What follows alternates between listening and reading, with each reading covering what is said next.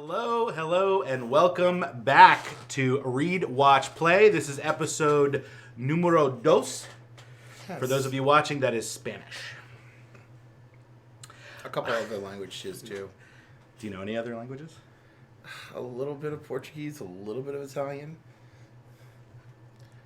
But of course they're all romantic languages, so I have a shot. I have with me, I'm a little under the weather. That's why Cliff is a little further away from me than normal. I have with me my shield Hydra cup with a little chai spice tea. I'm hoping it's going to keep all of that over there. Yeah, hopefully it will. So again, welcome. Thank you for joining us. If you're new, we simply talk about what we read, talk about what we watched, and talk about what we played. You see that? You see that? Yeah. Wow. We talked a lot last week. It was our first show, so we talked a lot about what we watched. We actually skipped a little bit of what we played, so we're going to definitely make sure we hit that. We didn't touch what we played whatsoever. Not at all. So we just had a little rundown. We're going to talk a little bit about today's comics that came out.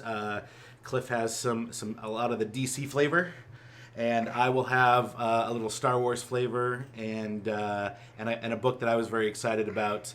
I'll just tell you it's about the main man. So then we'll talk what we watched, only a couple things, and then we'll get into what we played. Origins just happened, including heroclix, World Championships, and U.S. Nationals. We'll touch a little bit on the World Championship winning team. And then, in fact, on next week, we're going to have an interview with the heroclix World Champion, Howard Brock.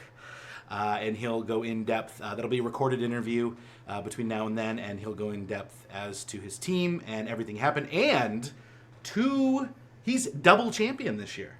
Really? Team World. Him and his son Easton. No, he did not win Team World. And his friend, they won Team Worlds the next day. So he is double champion. You should see the mountain of product that man has. It's like a wall of product. It is. It's a wall of product. Our good friend God. Kenny Pena helped carry it to his hotel, and he was very. Could you imagine that kind of win? All I saw were these thin boxes that I didn't recognize. I said, "What are those?" And then it occurred to me they're factory sets. Yeah. Factory sets. Factory Do you think he sets got a of factory this. set of Deadpool? Oh, I'm sure he did. Do you think he'll give me the rainbow chase, the unicorn Deadpool chase? Why would Howard give this to you? Probably. I don't know. I don't know. What all? Because I'll ask. I think we have. I think we both have a better chance of winning the lotto. Stranger things have happened. That All is right. true. So let's jump right into it. I'm playing every week. We actually have a lotto here at work, but You do pool? yeah, we do a The way pool. it I should never be. do it. I never do it. Oh, why? Because I just don't. I don't like to gamble. I went to Las Vegas That's for ridiculous. gambling. That's ridiculous. It's not. Why is it ridiculous? No, I understand, not gambling. I get it. I get slot machines, poker chips, rolling dice. But come on, it's group pool lotto. Do you know that they have a 46% success rate in New York? That it is the lotto winners as groups? Let me tell you a story. Okay, Stefan, our assistant store manager, his mother was a part of one of these group lottos. Did they All have right? signed agreements? I don't know about You do the a signed agreement. Fine, sure. Okay, let's imagine that they signed it. I'm imagining it didn't because it's irrelevant. This It's story sounds like it sucks. It's irrelevant to the You story. can take that person to court. Just remember that. So the 1 week she didn't put money in, they win, Of course. and she got nothing. Yeah. So my philosophy is, if I don't put any money in any week, I'm guaranteed not to get anything. In the meantime, my philosophy is you throw in your $2 every damn week, and when they do win, yay! Oh my god! I'm getting in. All right, You just told me about it. I'm going to join the lotto fine. pool. Join the lotto. Every pool. week, I'm going to be like this. All right, let's move on to what did we read. People spending $4 on coffee can't throw themselves into a lotto pool. Not that you spend $4 on coffee. All right, Cliff, tell us what you have been reading. Well, I guess I'll start with Accel. It's one of the new Catalyst Prime books.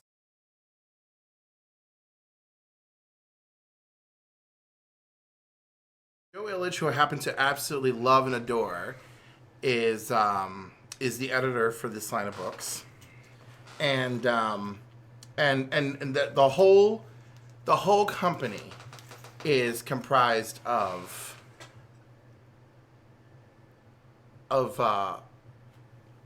what am I going to say this?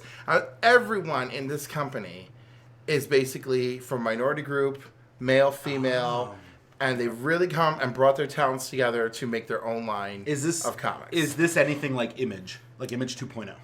I want to call it, well, Image 2.0 or 3.0. You know, in my mind, Image already became its own 2.0. Okay. You know, at one point in time.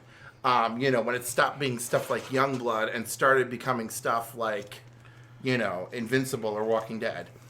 So I'll call it Image 3.0. But I love it. I love that it's their own stuff. The book is good. So Accel is about their speedster character. And without giving too much away, it's basically how he got his powers, what his first experience was like. It didn't go so well and landed him back in the hospital. And, which of course, you know, like all speedsters, oh no, something happened, I'm in the hospital, ooh, I'm moving at super speed. But, you know, he starts to get a grasp on his abilities. It's kind of cool. And then, of course, the end of the issue is like, what does this really mean for me? Who are these other people with abilities that I discovered on my first outing? And where are we going to go from there? So I enjoyed it. It was a good setup issue. It's actually one of three setup issues I read this week. So I'm totally gonna woo it. Is this Catalyst's first book, or how long have they been publishing?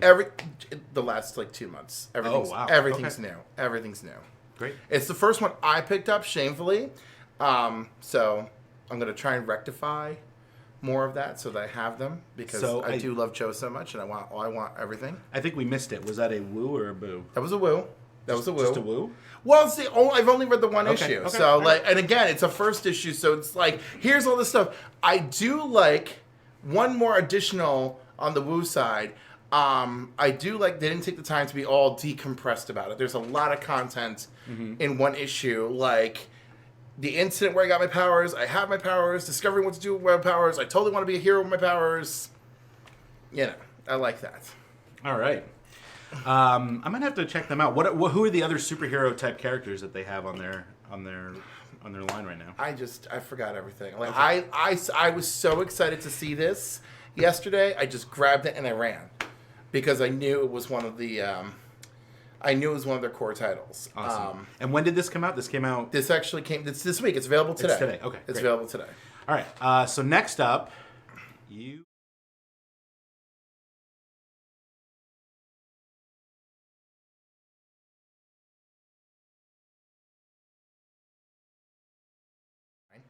So that's tough. $4.99. I don't know what they're doing. So let me say, How many pages? like 38, 40, something like that. Okay. Okay. I enjoyed it. So let me start with I enjoyed it. But Marvel and DC got to chill with $4.99. Okay? They need to chill. Great cover by Andy Kubert. And Adam Kubert's, great cover by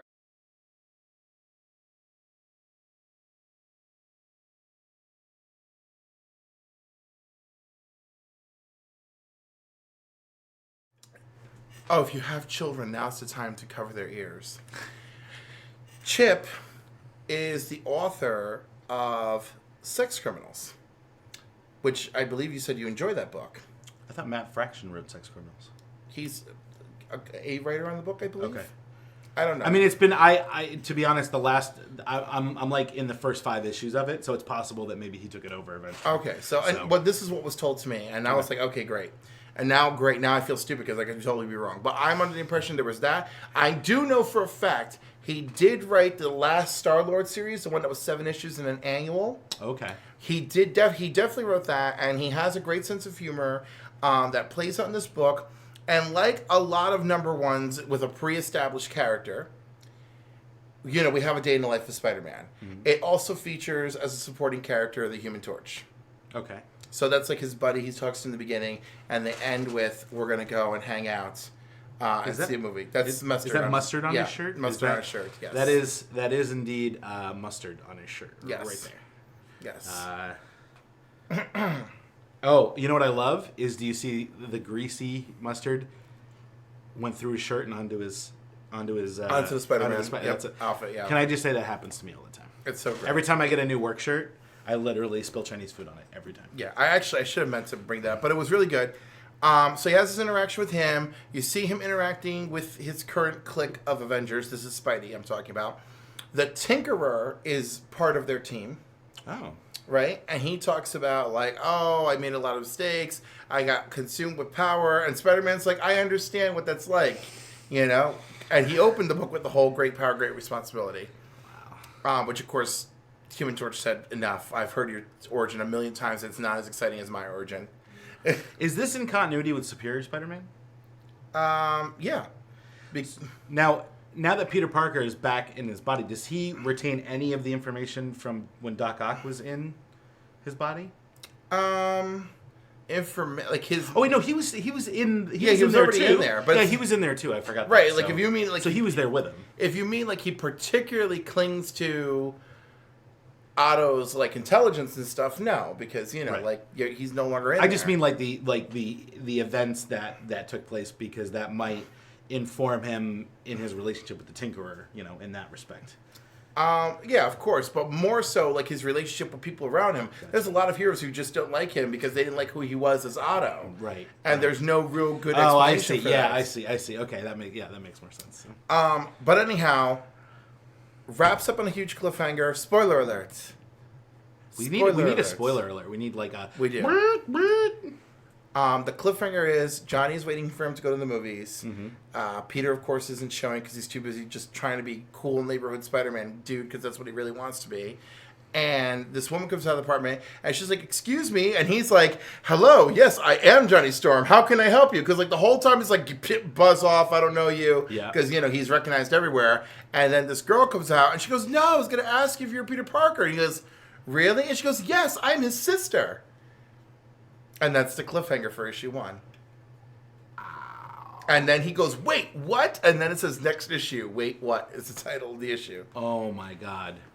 So, are we wooing or booing? Can I do a duo? Sure. I'm going to woo the issue. I'm going to boo $4.99. Wow. I just, if you love Spidey, then of course go get it. But we all know how precious and tight the budgets are right now. And I don't know. I'm not having a good time with that. Okay. I don't disagree. I mean, I love what DC did with the price drop, but then they doubled the number of books that were coming out. Yeah. Which is kind of like, and they reduced the number of pages. So it's like, I don't know. It's an interesting place the comic industry is in. So, all right. So my turn. I'm going to talk a little.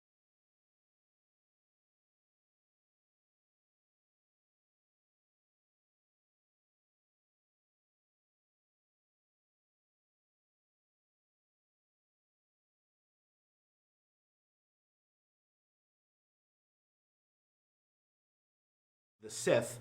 In fact, they retcon a little bit that famous "no" scene from Revenge of the Sith, which is probably my all-time least favorite scene in any Star Wars movie. You had asked me earlier, how they retconned it, and so now I'm going to explain. So when he's saying no, in the comic book it shows, and this is in issue number 1, by the way, what I'm describing, and I'll get to issue number 2 in a second. It shows a flash of 3 things that has just happened. It shows I forget what the first one is actually. The second one is when he starts crushing the medical droids in the room, and then the third one is Padme choking when he chokes her earlier on Mustafar. Then he leaps off the table and screams "no," which is slightly different than in the film. Yeah. And in doing so, the Force throws Palpatine against the wall. And in fact, he is angry with Palpatine. As he should be. Exactly. And I think that's the thing that that wasn't in the original movie, was that lack of accountability to Palpatine. He says, "I thought you would save her." And Palpatine basically says, your anger killed her, or whatever, similar to what he says in the movie. And then he says, "But she has given you a gift even greater than her living, and that's pain." And he basically tells Vader to take his pain and help it to fuel his rage, help fuel his control of the dark side. If I may interject, one thing I like about this is it plays into his rage against the Emperor in Series 1 of Darth Vader, which takes place after episode after episode 4. Right, which I know maybe you remember that, where he feels Luke, right, and he realizes I have a son, and he just spoke to the Emperor. As soon as the Emperor cuts off the hollow, what do you call their communication device? I don't know. The hollow screen, whatever. Yeah. As soon as he cuts off, you see the glass to space next to Vader is cracked from his anger, which I think is great. So two things is that the Emperor then tells him, he says, now you have a choice. You can either accept this pain and live, or you can die. So Palpatine is basically telling him, you either accept that she's dead, you use her pain to fuel your rage and your control of the dark side, or I'm going to kill you. And then, after he has a little bit of a conversation, he says, I know that these times have been rough on you, but if you ever touch me with the Force again, I will finish what Kenobi could not. And I was just like, whoa. And it really sets up their relationship. And you see bits of that in the movies, in like the original trilogy, that they're not quite on the same page. I only feel that is totally evident in Return of the Jedi. Yeah. You know, from like the moment he and Luke can meet, I'm like, this is not going as I expected. Yeah. Right here in this third act. You know, the first and second act, he is just so busy being a badass, you know, killing people and throwing them in carbonite that I'm just like, wow. So then the Emperor gives him a mission. You need to go and build a new lightsaber. And apparently Sith, the reason why their lightsabers are red is because they are taught to go find a Jedi, defeat a Jedi, take their lightsaber, take the kyber crystal out, and use their connection to the dark side to make it bleed. And that is why the lightsabers are red. And then construct a whole new lightsaber around that red kyber crystal. So I thought that was fascinating. In this issue, he's heading out. In the first issue, Palpatine just dumps him on a planet and says, all right, I had a ship delivered here, but I don't know where it was. I guess this lawless galaxy just screams for control or guidance. And so Vader now is on a mission to go construct his own lightsaber, and he's raiding a Jedi vault in this issue, and he ends up slaughtering about 50 clone troopers in the process. He could easily have transmitted his access code and landed, and he just chose not to. He chose to just go in and slaughter them. So, and to find records of a living Jedi that may have left the Order long ago, before Order 66, or even before he became a Jedi himself, and to go get their crystal and construct his own lightsaber. So I am going to. This is going to be tough. Woo! Both issues. I think that this is definitely the Darth Vader story that we need, and to help sort of massage some of those mistakes that were made in the prequels. So, all right. So let's see. Up next for you is.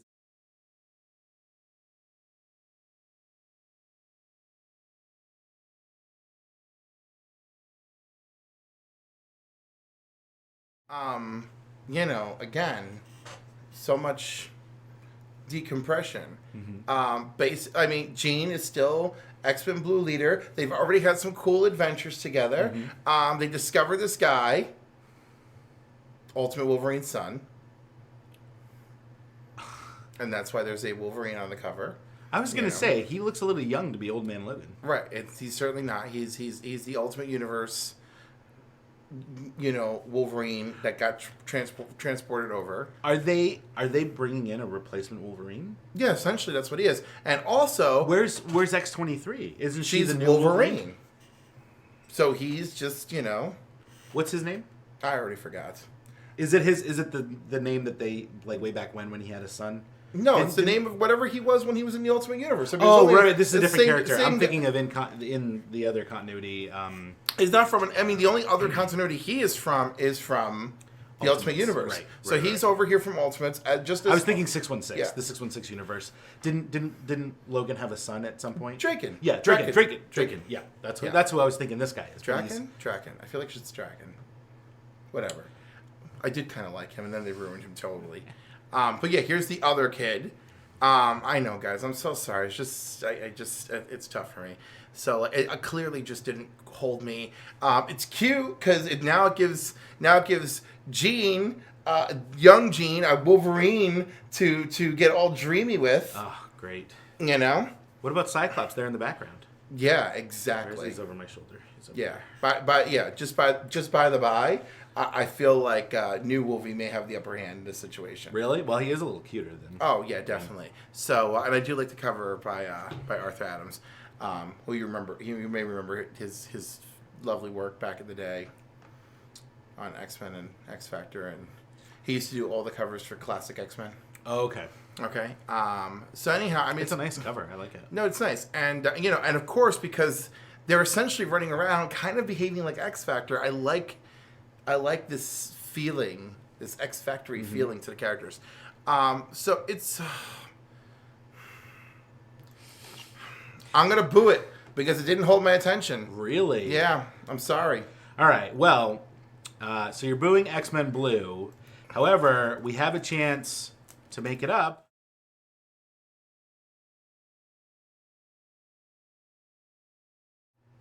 So yeah, I did like this issue. Yeah? Yep. So, oh man. So I'm going to give some stuff away, not some stuff away.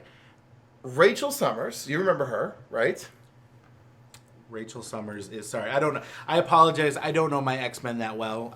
They're just, unfortunately, not my favorite superhero group. Oh my gosh, the daggers. Rachel Summers. I was the Phoenix. I came from Days of Future Past. I was the Hound of Ahab. Rachel freaking Jean Grey was my mother, Summers. Not Hope Summers. Is this a sister? Is this Hope's sister? Hope is not Jean's daughter. No, anyway. she's like the daughter whatever of she clones is. or something, right? Just the disrespect that Rachel's getting right now is so harsh because I'm so sorry. Rachel's history is so in depth. Can I just...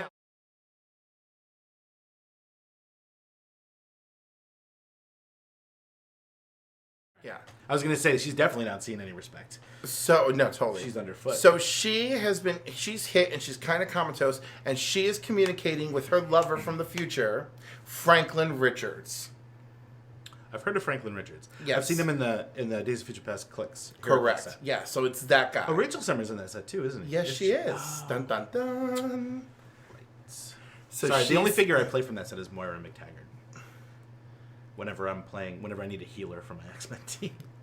Whenever I'm forced into an X-Men team. I don't even know what to say to I'm that. so sorry. And it's... And first of all, I can't believe you never played Storm from that set. That Storm is freaking awesome.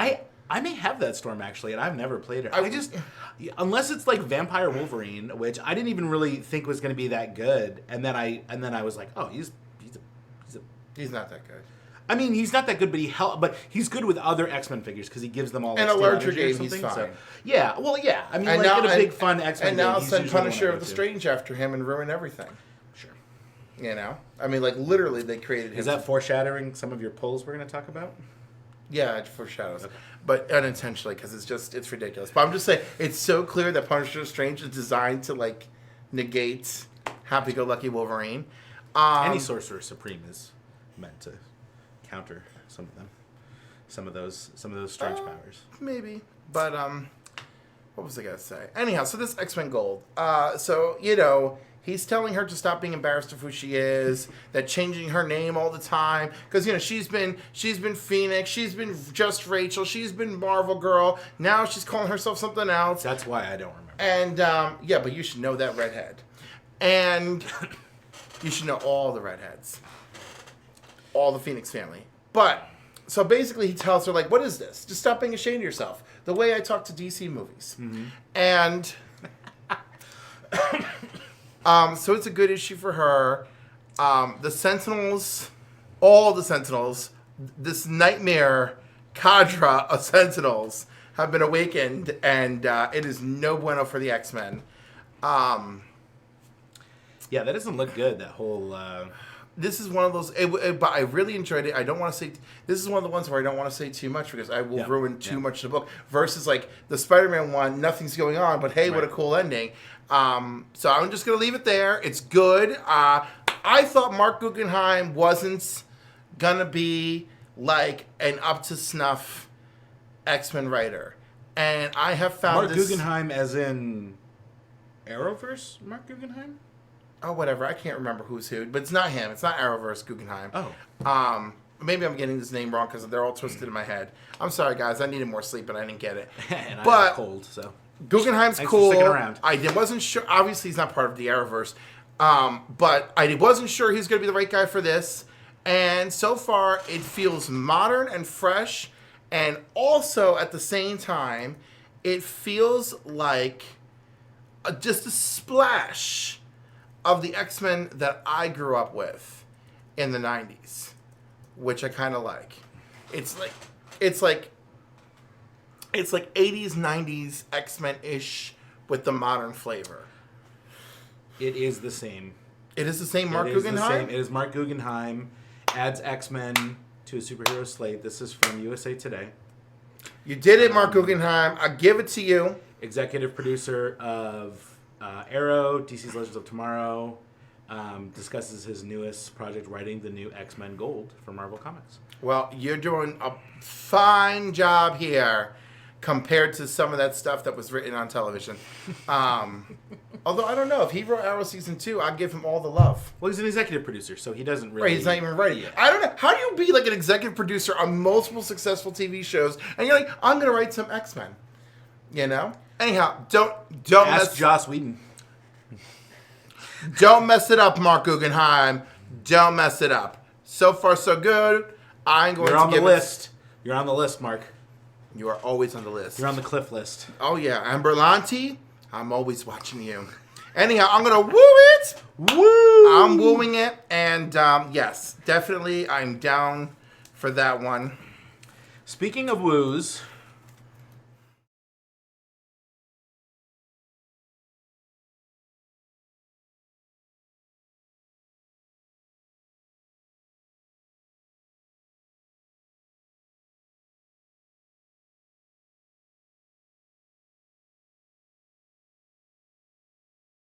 Let me do it. Can I just say I'm a big Power Girl fan, despite I'll say this: I have a slight issue with the over sexualization of women in comics, and I fully understand that Power Girl is an unfortunate victim of that sometimes.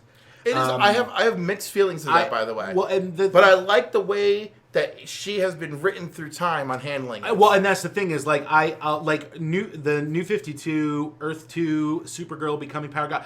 I really loved that series. I loved I loved the World's Finest comic. I mentioned that last week, and I really loved the way she was written. And I found myself having a new appreciation for her as a character, and just the struggles that she was having because of, like, I love that they, like, because it was not originally stated that she was a copy of Kara Zor-El, was it? Mm-hmm. Like, it's not her original. Well, I mean, she's always been Earth 2 Kara Zor-El. Oh, she has. Yeah. Okay.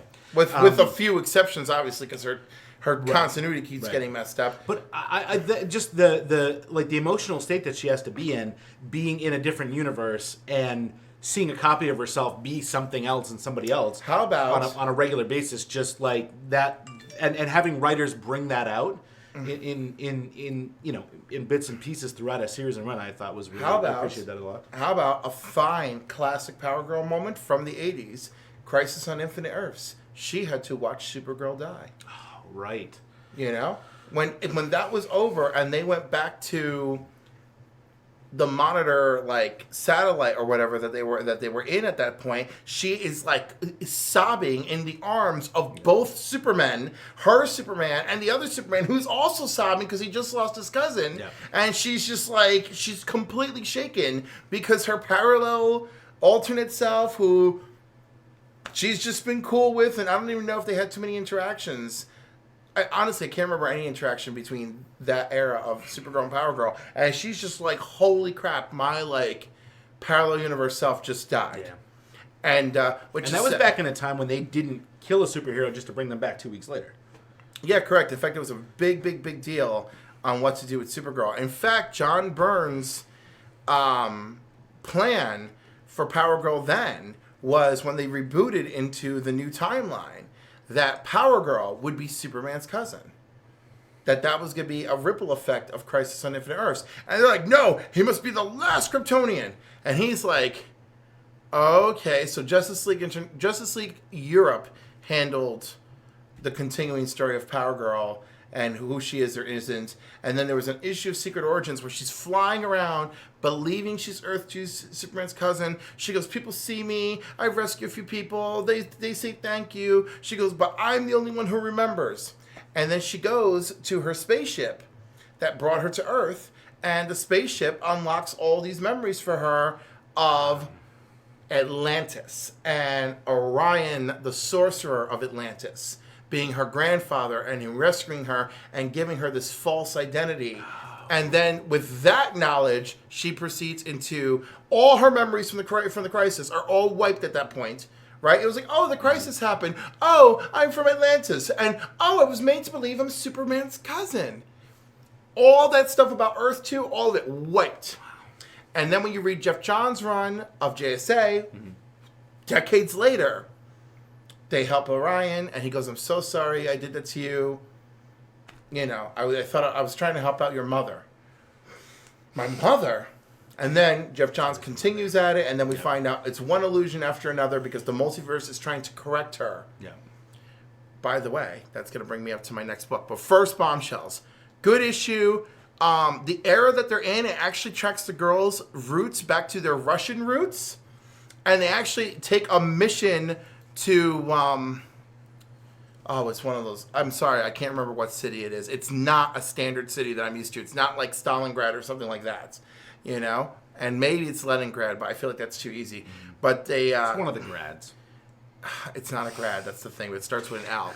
Anyhow, they head there, the mission, they even rescue a version of Zatanna. And by the way, while they're rescuing that version of Zatanna, Supergirl and Zatanna, as they are flying to freedom, seem very, very cozy and affectionate. Really? Yes. So I thought that was very noteworthy and a very interesting coupling of characters that I did not see coming. Also, Bombshell Superman makes an appearance in here too, and they rescue him as well. Oh. So I mean, it's a $3.99 book. You get the digital copy with it, so that kind of balances out a little bit. I'm gonna woo this.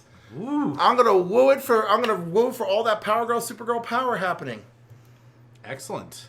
And a little extra for Zatanna. A little extra for Zatanna. All right, Dark Forge. All right, we're gonna change gears here into something.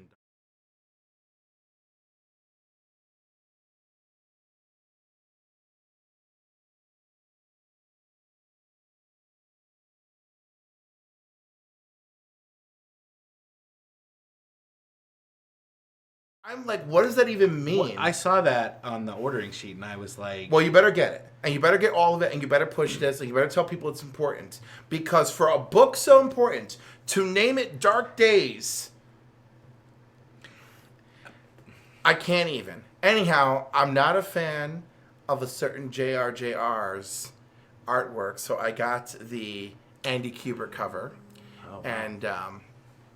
although there's a huge team, Jim Lee and John Romita Jr. and Scott Williams and Scott Snyder writing, and there's like a million people on this. There's like 6 writers, 6 artists. Everything's happening in this book. But anyhow, the book is really, really important. Basically, first of all, there's people breaking into the Batcave, which is just great, right? Like Green Lantern's breaking into the Batcave. Like other superheroes breaking into right, the Batcave? in the meantime... I was going to say, who knows where the Batcave is? Right, well, yeah, exactly. So, like, Green Lantern's breaking into the Batcave. And what does he discover? A cave inside the Batcave. Caveception. Yes. Caveception. And what does Batman keep there? A whole bunch... Tiny Batmobile? No. Oh, sorry. A whole bunch of stolen stuff. Artifacts that are made from nth metal, including a set of Diana's gauntlets. Made of nth metal? Or has a connection to nth metal. He hasn't decided. What else did they discover down there? That Batman has his own team of heroes that he uses to go and discover these items and analyze them. And guess who they are? The Bat League? Nope, they're not Batman related at all, except for Batman did create this team back in the 80s.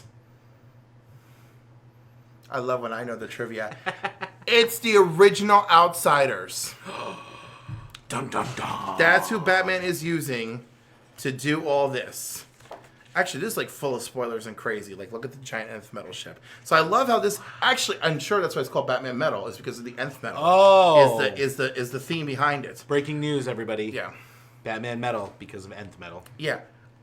So Lady Blackhawk is spying on Batman. By the way. Yeah, I don't know who she is in the Rebirth era of things, but we do. I'm sure we know Lady Blackhawk from Birds of Prey. So she is in a cloaked Blackhawk ship reporting to other Blackhawks that she's been watching Batman and Aquaman as they escape this volcano. And then she reports back to them and takes off. You know? And Batman is actually unaware for once. I love that. Let's have some mystery.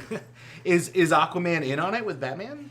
Yeah, no, right. Aquaman's in. No, Aquaman's just there as part of what's going on. Okay. Right? But the Guardians of the Universe are like, there's some horrendous crap going on Earth, Hal Jordan. You better get down there and figure out what your friends are doing. It's almost as if we hired you to secure that sector. Yeah. So he gets down there, and that's when they start discovering all sorts of stuff ain't right, because he finds Batman's newest sidekick. What do we even call him? Golden Bat? No, I think he's I think he's Batwing. He looks like a gold Batwing almost. Yeah. I'm sorry if he has another name. I don't know, but I think he's current new Batwing. He goes, "What's your name again?" Yellow Canary, Big Bird. And he goes, he doesn't have a code name yet. He goes, "My name is Duke Thomas." Okay, so Duke. So when you don't have a code name, you use your real name. Well, it's Green Lantern, so you know. Right. So anyhow, there's another place called the Campus, and at the Campus, we are introduced to the Immortal Men, and there is a Dark Days, the Immortal Men series that's coming out as well. Oh, okay. Then, of course, slowly but surely, there's another narrator in this who starts telling us about the history of nth metal, and sure enough, we come to find that is Carter Hall. Well, that makes sense. Yes. So this is just secrets within secrets. So Batman goes to Mr. Terrific and is like, "Hey, I need you to help me break into some stuff to make sure everything's okay." So Green Lantern is breaking into the cave. Batman and Mr. Terrific are breaking into another cave, right? Then, look at this. They have Plastic Man locked up in a tomb. Spoiler alert. Oh, major spoilers. Look at that. Clearly it's Plastic Man. Like, the poor guy. Or it's whatever made Plastic Man, and it's another secret. Or that actual, like, oblong, orb thing is Plastic Man. Yes. And like I mentioned, the Outsiders. Wow. So, that's discovered in the Bat Cave, along with Aquaman's Trident, Helmet of Fate, Wonder Woman's gauntlets. These are all things that Batman has acquired behind everyone's freaking back. But doesn't Aquaman still have his trident? Not when we saw him earlier in the issue. Oh. Yeah. And also, did Diana realize she lost a pair of gauntlets? Are these New 52 Diana gauntlets, and Diana's running around with her Rebirth gauntlets? Oh, whoa. Exactly. Whoa. Right? In the meantime, there's some crazy voices in the Bat Cave. I'm calling it the Bat Cave. There's some crazy... Bat Cave? Bat Cave. Oh, Bat Cave. Yeah. There's some crazy voices that they hear.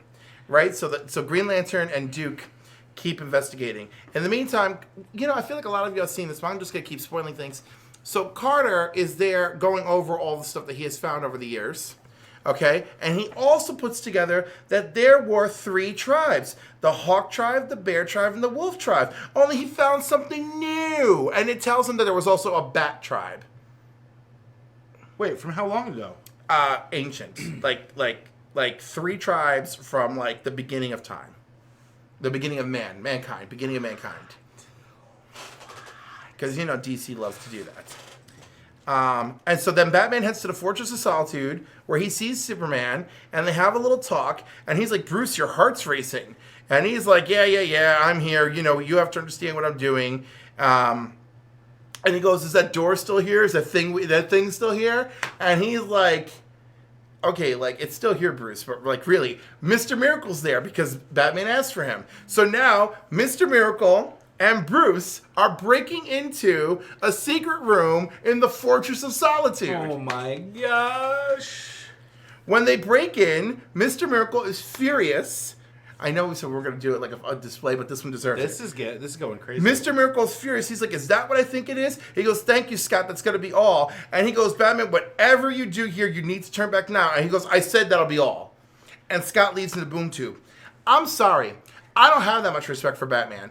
If I saw what is on this next page, I would not have left. I would have called the entire Justice League and said, we need to stop this. Because on the next page, Batman is about to tinker around with the cosmic tuning fork that you may recognize from Crisis on Infinite Earths. Also, Infinite Crisis, when Alexander Luthor and Superboy Prime were shoving different bodies in it.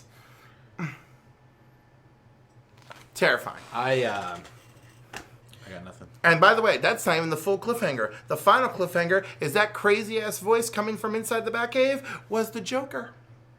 Oh, my gosh. Oh, my gosh. So, if you saw this on the shelf, would you go, oh, I have to have that? No. Right. Now that I've explained it to you, who's signing up to get this book? I am. In fact, I'm just going to take your copy. No, you're not. There'll be none of that. Anyhow, clearly, despite being $4.99, I am going to woo the hell out of this book. Wow. Because I expected it to be garbage, and it was not. Savis, thank you for telling me all about it. Because without you, I wouldn't have even bothered to read it. So there's a reason why there's, 13 writers. Oh, yeah, it's big. It's big. That's pretty amazing. It's insane. All right, well, let's...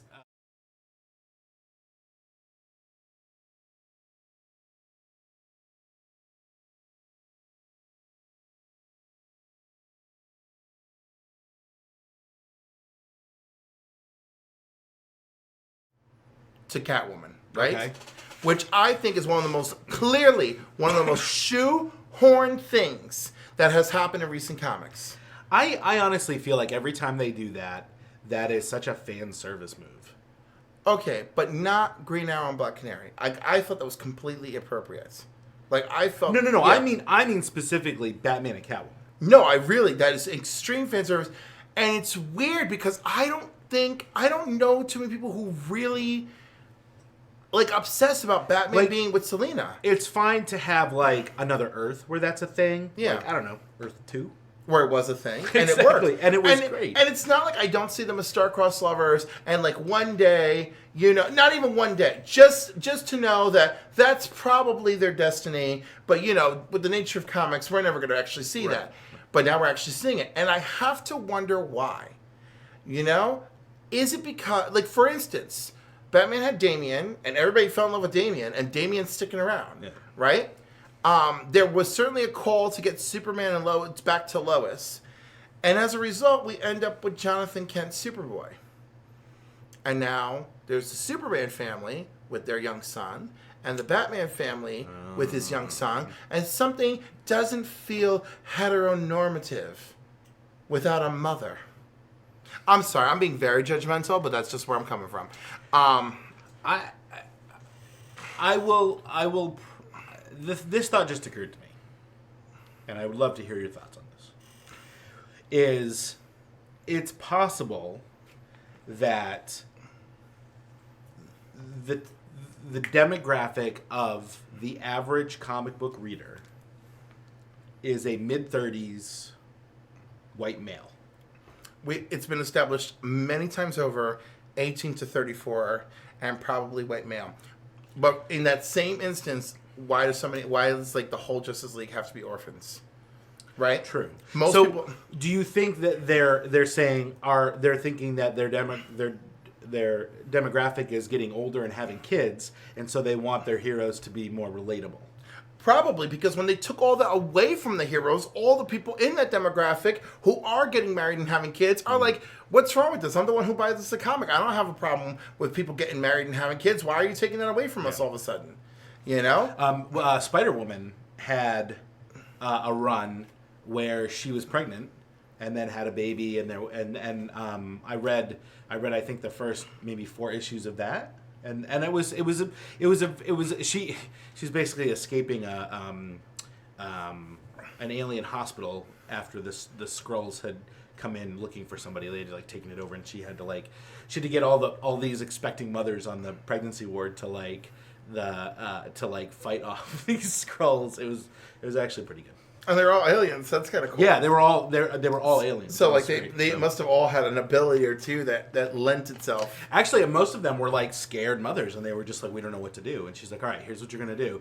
And the plan mostly was they just needed to make the Skrulls think that that Spider-Woman was unconscious or dead, and then when they least expected it, she would jump up and attack. But she was like 8 months pregnant during this whole thing, and so her whole internal dialogue is like about the stress of carrying a baby while she's at work. Yeah, which is pretty cool, So, that has to do with this. I'm sorry. Anyhow, so this is weird because we have the whole Dark Forge thing, Batman metal thing that's on the horizon, and in this we have the whole war of jokes and riddles. So the rumor at the comic shop today was this is just a story to keep Batman busy and out of the way while they do stuff with Batman and other titles, right? Which is kind of right, because obviously the Dark Forge thing. Right. Well, I was going to ask, does this tie in at all with? No, he is actually telling this story in flashback to Selina. Oh, so that's kind of an interesting device to use to get him out of the current story that they want the readers to focus on. That's in the current continuity. And again, I do not like things that are contrived, and him getting engaged, the nature of the storytelling, and it's at the end of the issue too. While you're reading through the issue, it's not apparent that so they kind of like tack that on at the end. I mean, look, there's enough little thought balloons and everything throughout the issue, but it feels tacked on.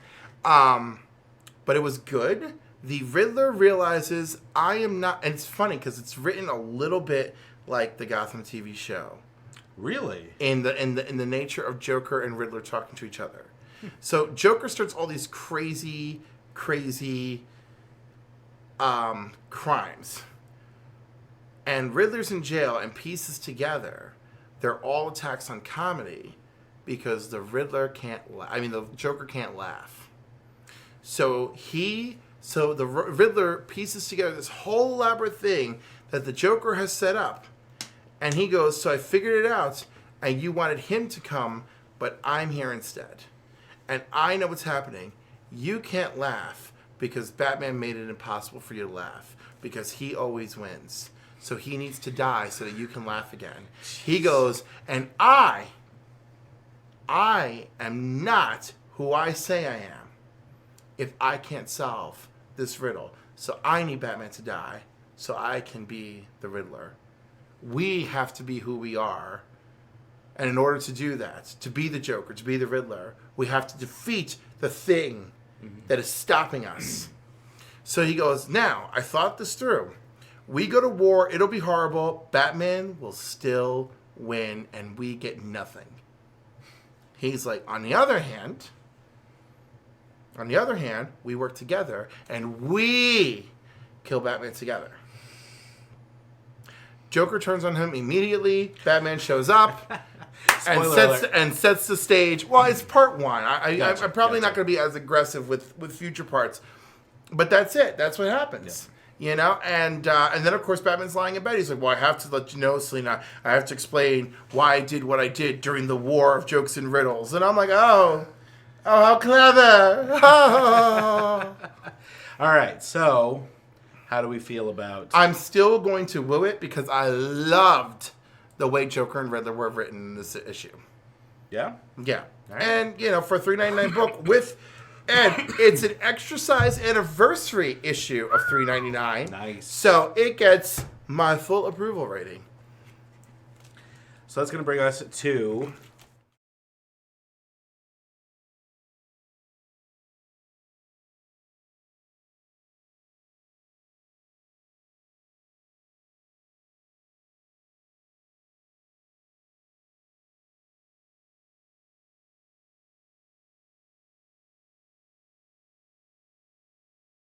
Alfred and Lois Lane waiting for them at the farmhouse. Which, of course, the farmhouse is not even a freaking Smallville. It's in some other made-up town, which I'm going to get to for another comic, right? So they're there, and so this issue picks up with the fact that clearly they've already been scolded, and Jonathan is having none of it, And in fact, he's even angry that he doesn't have the full cache of Kryptonian powers.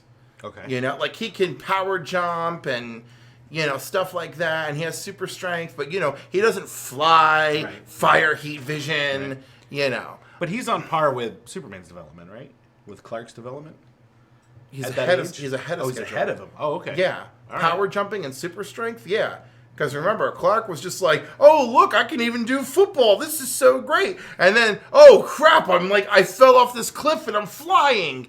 So, occasionally there'd be something like, holy cow, our son is lifting a tractor.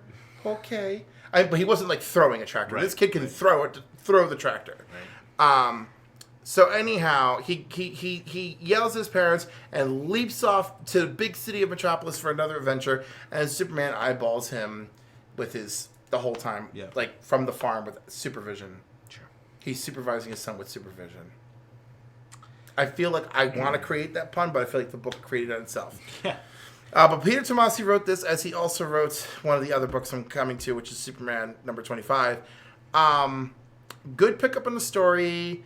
Some development time for Jonathan Kent, which I feel like he's got several books to spread his weight on that now. I kind of like this kid, but he's I don't know, he's 10 or whatever, and he's moody and I guess I want to like him better than Damian, and I slightly like him better than Damian because I've never really liked Damian, and now all of a sudden it's kind of making me like Damian. But not in the way that I want to. I like their dynamic. He's mad at Damian. Damian's like, no, chill. We're friends. And, no, actually, no, he's really not. That's not. That was the wrong. My brain went the wrong direction. Damian's like, nah, chill. We should learn to try to work together. That's what I meant to say. Not oh, we're friends. No, because Damian doesn't feel that way. In fact, Damian, in the back of his mind, is like, man, wait till I show the Teen Titans my secret weapon. So, woo, boo. You get the freaky digital copy with the $3.99. It entertained me. It moved the story forward a little bit. So I will woo it. It will be a mild woo. A mild woo.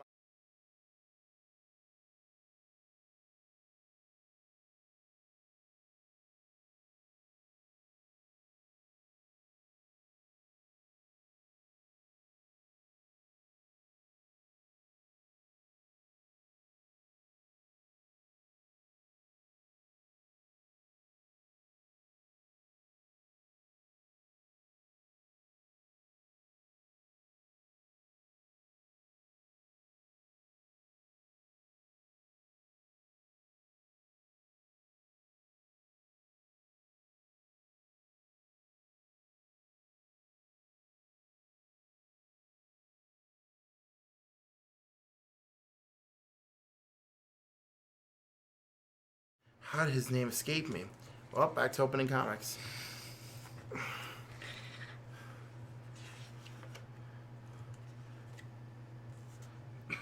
Manchester Black. Oh, Manchester Black. Manchester Black, and actually the last issue was revealed to be the villain.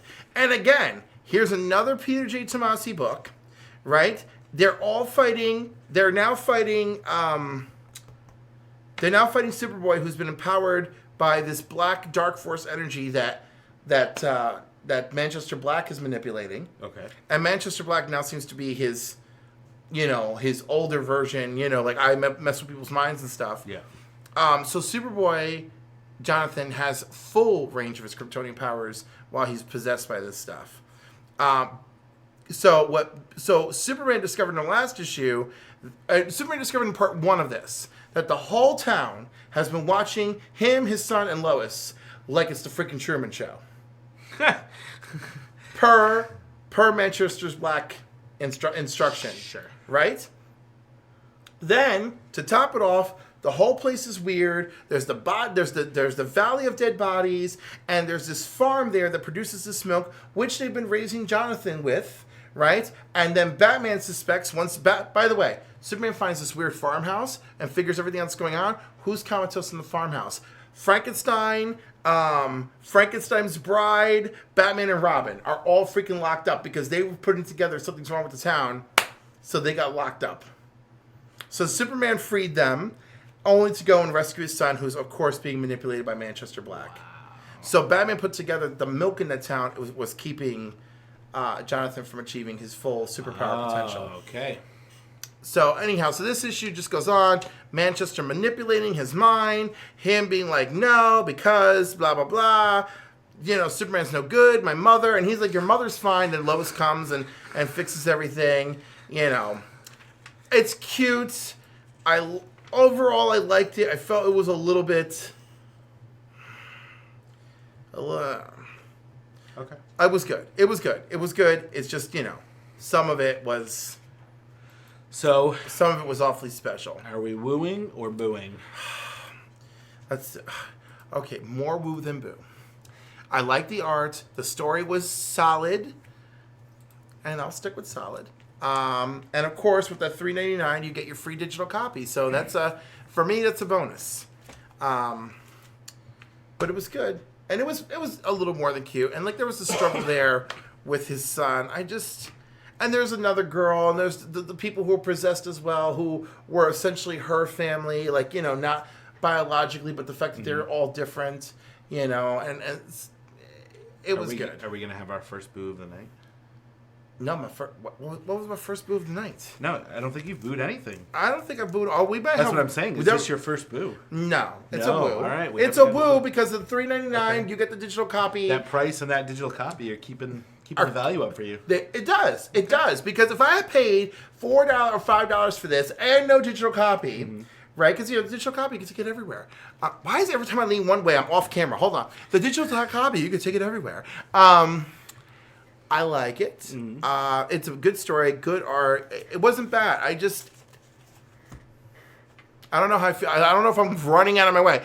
Manchester Black is a good villain. I know a lot of people really appreciate him. He's from the Elite. Now, this was the end of the saga. Yes. Of the saga. So if readers have been invested in that story, definitely go up and see how it wraps up. If not, maybe skip this one and get ready for the next story. Yes. Right. Oh, God, it's so tight, but I'm not going to boo it. You hang in there. All right. So next up...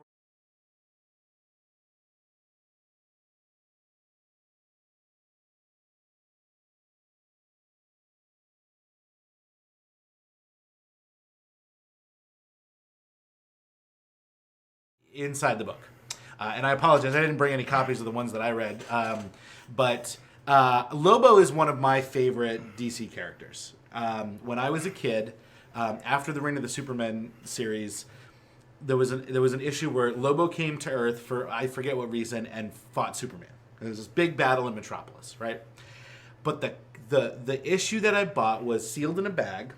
It was the one with the stickies. And it had these little clings of the pieces of Lobo and Superman, and you could arrange them fighting over the Daily Planet and over the skyline of Metropolis in any position you want. I still have this with the fight scene I created when I was 12 years old. And ever since then, I said, whoa, this dude, the main man, shows up from space to frag everything up. And the Bistatches, or whatever he says. Yeah. And he can go toe-to-toe with Superman. And I was like, this guy's legit. I love this guy. So I have checked in on Lobo ever since then. And when I saw this came out, because who doesn't love the sarcasm and the wittiness of Roadrunner? Very quickly, in this issue, we discover that Roadrunner, Wile E. Coyote, the sheepdog who always calls Wile E. Coyote Ralph, and several other, Warner Brothers creations are genetic experiments that have escaped from, I believe, Area 51, possibly. And this was in the 40s or the early 50s. And then there's one page of quick shots of everything we know about the Roadrunner and the Coyote and Wile E. Coyote and their interactions over the years. Only, I'm sure, much more graphic and less. Actually, it was a lot of he's under rocks with signs, or he. There was some witty, like I think the 2009 one is, how we'd always have the plate of birdseed and it said free birdseed? The 2009 one had the free birdseed and it said free birdseed and healthcare. So it was very witty with the times and things. And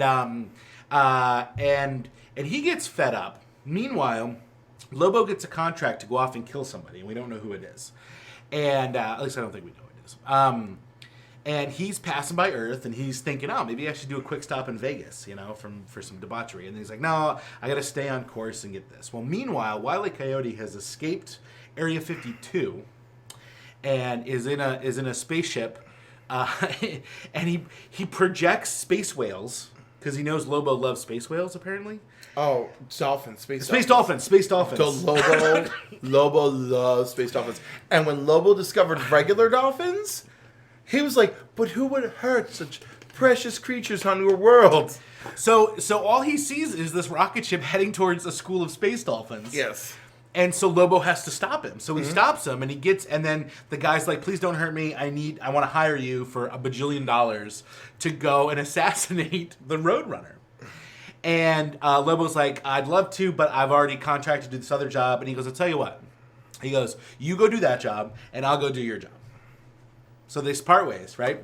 So Lobo goes to Earth, and there's hilarity ensues of him trying to kill the Roadrunner, and everything that you'd expect. He tries to throw a grenade, and somehow the Roadrunner speeds over, and the grenade ends up in his mouth, and his face explodes. Like all this classic Lobo. He fires his hook chain, nothing. It's just some funny stuff. And then, he fires his hook chain, hooks him, and then Roadrunner flies away, and then drops him and his motorcycle down into the Grand Canyon. Oh! And he's like, I'm so fragged. And so, meanwhile, and this is the funny part, is the contract that Lobo has to fulfill is Kilowog.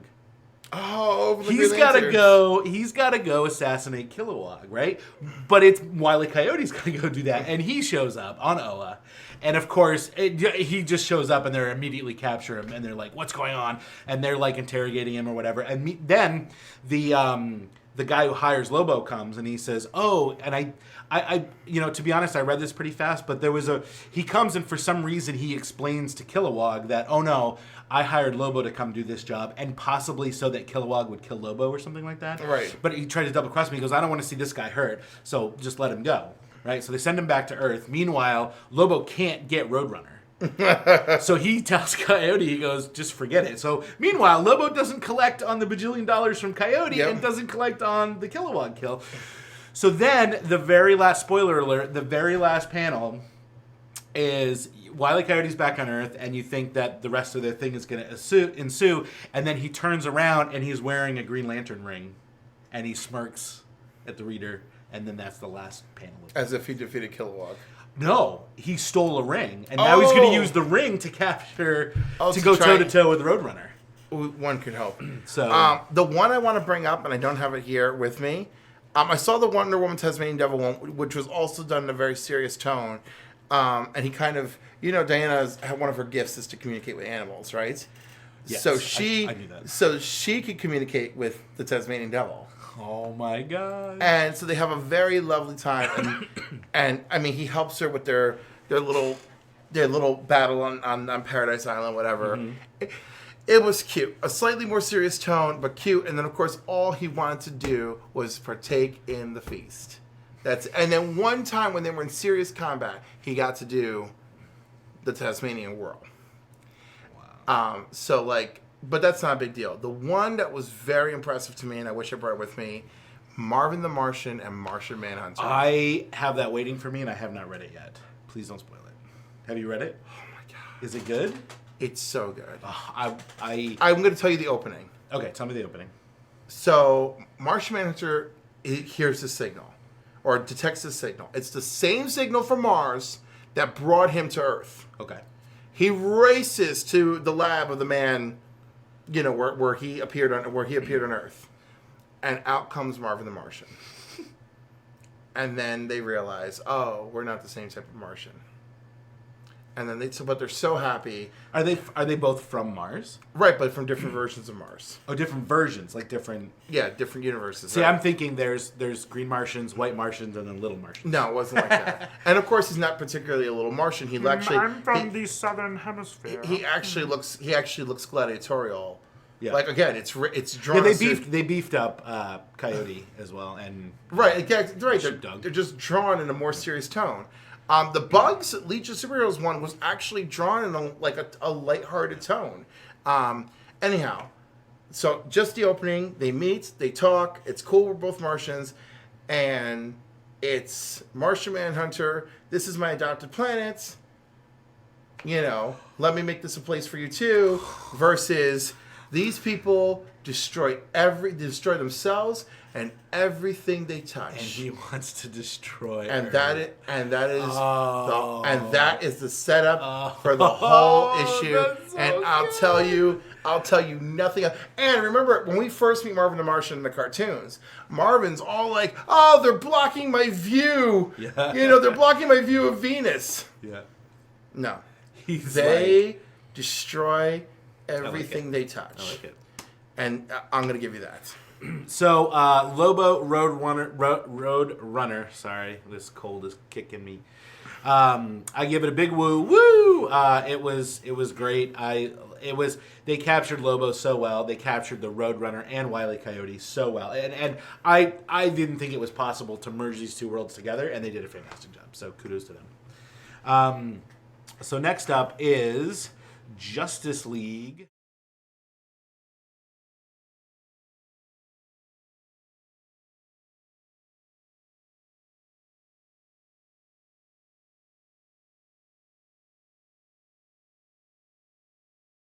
Maybe these two are captured from a previous issue that I missed, and that's why they're not in the story. I don't know. I don't know what's happening with Flash. Are they in this story? They're not in the story. Oh. This story is a Jessica Cruz story. Wow. Jessica Cruz fights some dude who has an impossible force field. She almost kills an innocent child and her mother in this foreign country. They go back to the satellite. Wonder Woman's like, "Jessica, you got to tell me what's going on." And she's like, I don't want to talk about it. She's like, "Don't make me break out the lasso of truth." So she says that the way the child looked at me, and then Batman confronts her, and he goes, "Listen," he goes, "that could have been a lot worse if we weren't there." And that's what you have to remember. And she goes, "That child's gonna go to bed tonight and have nightmares, have trauma, and they're gonna be thinking of me. Do you know what that must be like, Batman?" And he goes, "I absolutely know what that feels like," and storms away. And she goes, "Did I touch on something?" And Wonder Woman's like, "It's not for me to say." And Jessica's like, "Okay." So anyhow, they convince Jessica that she has to get back in it, and it's a growth issue for Jessica. That's very cool. I mean, those are the kind of stories I like. It was pretty good. I'm not sure how I felt about the way Wonder Woman spoke the whole issue. I like when Diana has the nice, even, compassionate tone. I only like her getting rough when it calls for it. I just feel like stuff like, but anyhow, I mean, some good stuff, like Jessica's doubting herself in the end, and she's like, "No, Jessica, believe in yourself. You have the power. You have the willpower." Super corny, Tom DeFalco, but I still appreciate it because I love you. You're on the list. He's You're not on the Cliff list. Oh, He's sorry. a classic. I'm getting too crazy with the Cliff list. No. I let you know when they're on the list. Dagger Vision. I can't do it like you can. Oh my gosh. Yeah. That was... I actually heard a... Yeah. So... It's funny because a couple times people actually are like, "Oh my God, And I'm like, because you don't really want to get me pissed off. All I had to channel there was Zack Snyder. So anyhow, it's amazing though. Whenever anyone needs me to be like angry or give that look, I'm just like, Zack Snyder. And jeez. It's so good. So, great acting technique. Good Jessica story, $2.99 comic, no digital copy, but that's okay. Woo! Whoa. We're wooing. All right, It was not bad. Just a couple left in our What Did We Read? So that's going to bring us up to Iceman. The Iceman.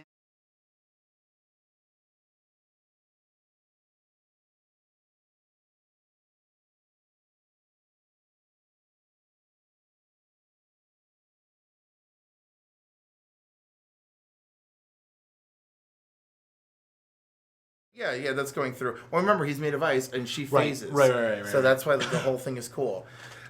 Is it a metaphor for their relationship? It might as well be. I mean, he's hanging out with Kitty. They're busting up some mutants. They're busting up mutants? Oh, You know what I bad mean? Bad mutants. mutants, of Yeah, course. yeah. Brotherhood? Does the Brotherhood still exist? In some capacity. Iceman is very powerful and much less afraid to show it now, which I like. Uh-oh.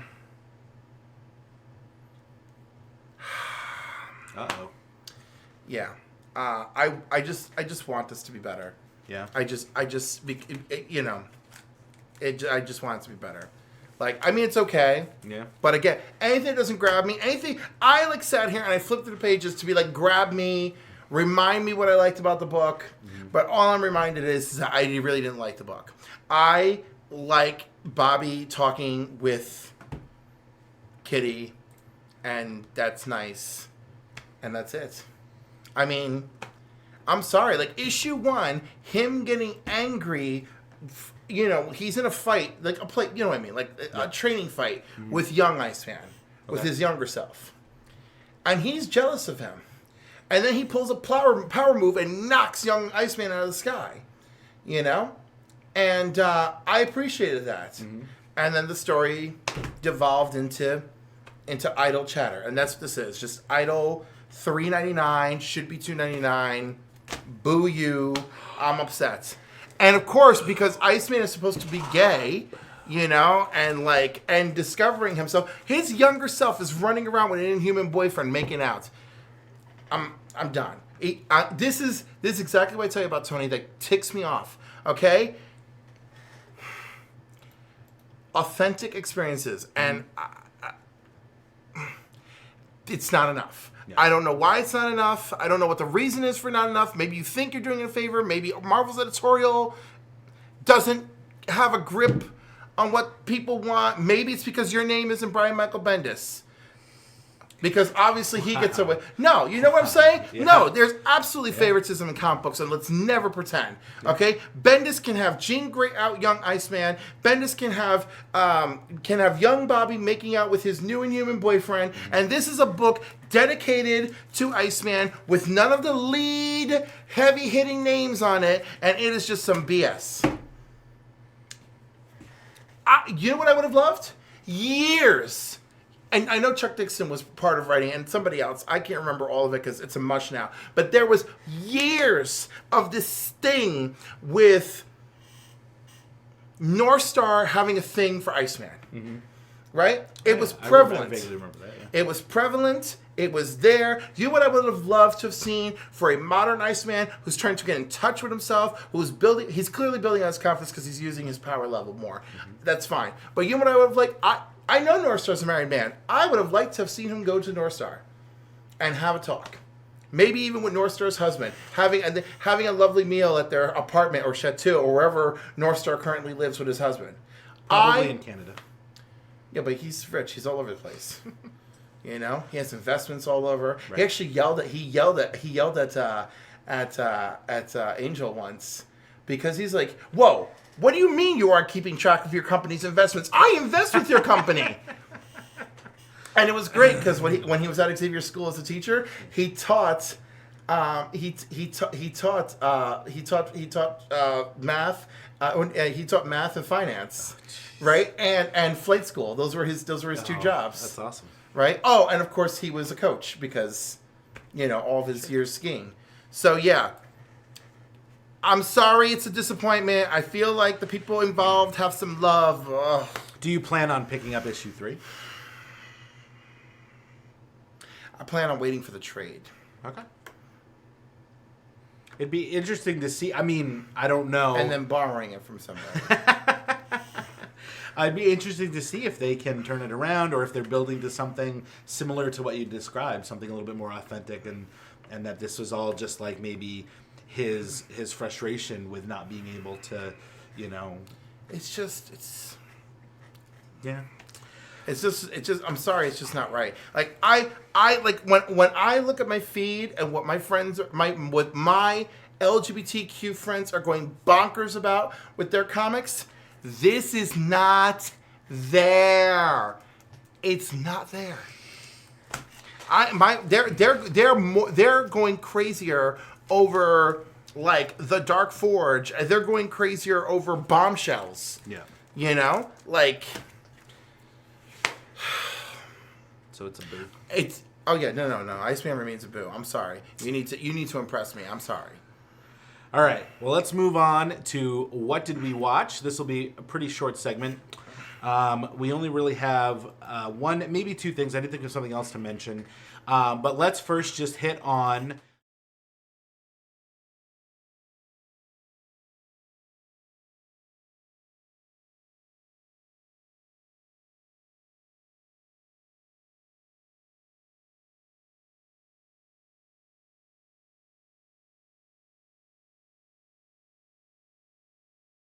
This we get to watch it on basic cable. Well, is that basic cable or it's advanced? I don't know. Whatever you It's call it. pretty close to basic. Yeah, on semi-basic cable. On semi-basic cable. Most people can have this channel cable. So, so what did you think of the trailer? I loved it. I was excited. It felt Cloak and Dagger to me. Awesome. I personally do not know Cloak and Dagger at all. And I was thinking, when I heard that this was ABC Family, or previously ABC Family, now Freeform, and that it was Marvel, Cloak and Dagger, I immediately assumed, not connected to the MCU, I immediately assumed it was going to be similar to other fluffy ABC, family shows that I had seen. And I think there's a taste of that in the trailer. There's definitely a taste of young adult, late teens, angst, reaching out, learning about yourself and stuff, which I enjoy those stories to a point. Look, but they've had a huge success with Pretty Little Liars. That's true. I watched season 1 of that show with one of my nieces, and it was not horrible. Not horrible. Yeah. They should use that as a quote in their advertising. This show is not horrible. Listen, I hope we get to the day where my quote is on boxes of DVDs and Blu-rays, and it said, Clifford Barmiter said, not horrible. So I Read, Watch, Play said, not bad at all. Not horrible. Not horrible. You get a digital copy, so it's worth the $4.99. Exactly.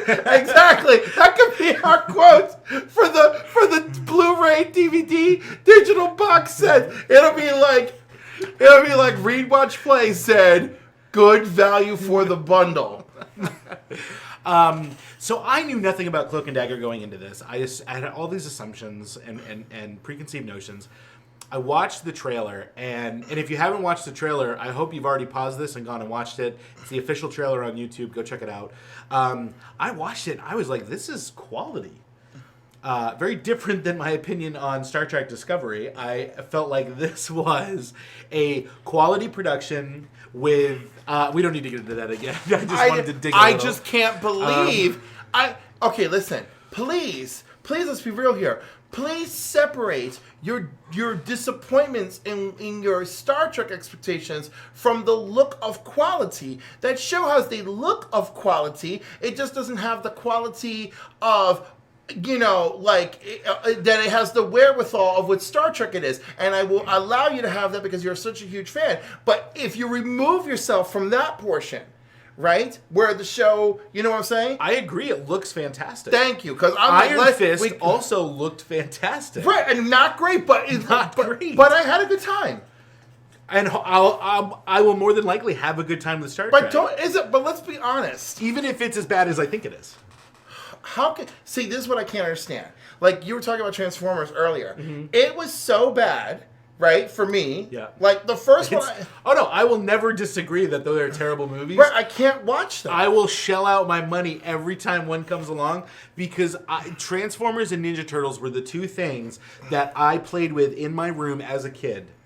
Ninja Turtles and Transformers, and as long as there is a live action product of Transformers or a decently produced and written Transformers cartoon animated series like Transformers Prime, which by the way is amazing, or the 1986 Transformers the movie animated film is way better than any of these live action movies they've come up with. But as long as there's a live action version of this, I am unfortunately going to saddle up to Michael Bay's pocket and just dump my money in and say, please, sir, can I have some more? I have so much fortitude.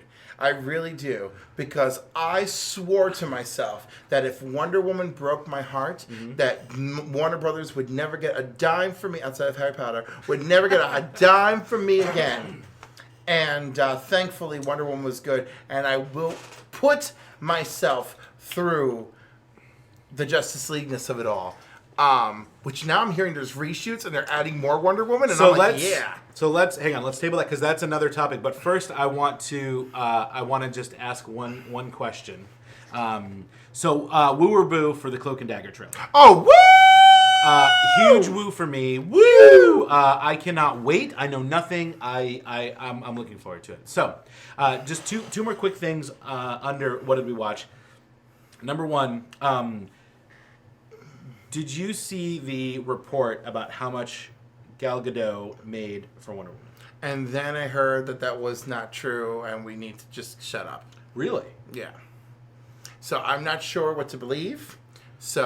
But there was a report this morning that said if you believe that, you are wrong. And I just felt like the report that came out was just backtracking. Now it's possible that her initial paycheck is $300,000, which is right, what was reported. Maybe she got a little bit of back end. And then I hope she got some back end because if she didn't make money off of the gross receipts, I live for the back end. Those back end dollars kept Jack Nicholson very rich. That's true. If you don't know what back end means, it's a term in the film industry when a director or a producer or a star, sometimes an actor, yes. Yeah, sometimes an actor. They in their contract there is a flat fee that they're paid for their performance for so many days, for so many weeks, whatever, and then they get a percentage or a point of the back end, which is when the movie grosses. Money at the box office and sales of products related to the sales, movie. If that's included in their contract. It certainly was. Jack Nicholson, his was he got all the toy money, so he probably only got like 1 or 2% of everything. It was 5. It was 5. That's a lot. Yes, it was. That's a lot. And I hear that master baller himself, Robert Downey Jr., pulled that off with Iron Man. Can you imagine all that money? That is. Although you know what, with the way toy sales are in the modern era, I feel like that back end money is really good from the box office. And then oh look, honey, we got a check for $1,700. Here, throw this on the pile with all the checks you bring home. I'll take a check for $1,700 for my little toy. Well, I mean, of course, dude. When you bring home $50 million a movie, right, and then the box office sends you a check for another $45 million, right? When you see that check for $1,700, what do you do with that? You laugh. You buy your son the first class ticket to Disney World while you set up the trip for you and your wife. Yeah. I mean, that's what I'm just saying. I'm just saying, like the $1,700 check, you're like, oh, this is cute. Let's go give it to that Hodgkin's lymphoma hospital down the road. Like, that's what I'm saying. Who's a check for them at $1,700 is like $17. You trapped me in there. I see what you did. No, I know. Listen, I know $1,700 can help us both.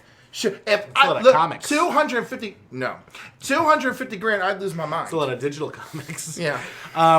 So even if she got points on the back end, I still think that that's a rough deal and highly inappropriate. If that's true, if it's true, Right, which we don't know. and I await for an accurate report to see, because Henry Cavill made $14 million from Men of Steel. Also apparently not set in stone. Really? Right. So I feel like we're definitely going to hear more It's about as this. if it's fake news. That's the world we live in. All right, next up. So one last thing, and what did we watch? Justice League reshoots, Yes. but not the reshoots, because every modern movie now Has reshoots, or they used to be called pickups, where it was like little bits and pieces of scenes, adding a line here or there. A lot of times they would do, additional digital voice recording. It was called ADR. It's called ADR. Where you just go in a booth, so when they cut away to the back of someone's head in an over-the-shoulder conversation, they add a different line than was actually shot on the day. They do lots of this movie magic stuff. Pickups are just picking up pieces of the scene or whatever. They've done that since, probably the dawn of the film age. Now that's Marvel, I believe, is really bolstered that in actual reshoots so that they can really fix other problems. Rogue One is a perfect example. Not only did they do reshoots to redo their ending, add different scenes, rewrite how characters resolved, but they also brought in a different writer and director to supplement that, which is a very common thing. There's a name for that too when you bring in another writer and director I forgot the name of it.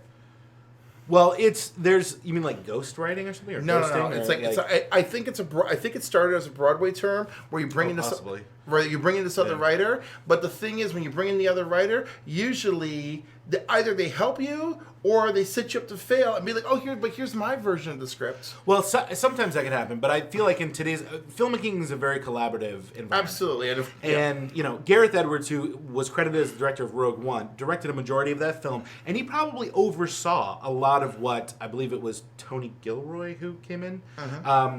Who came in and did rewrites and reshoots, and probably oversaw it. And in the end, he probably agreed a lot with what. And in fact, Gareth Edwards directed the new first Godzilla movie.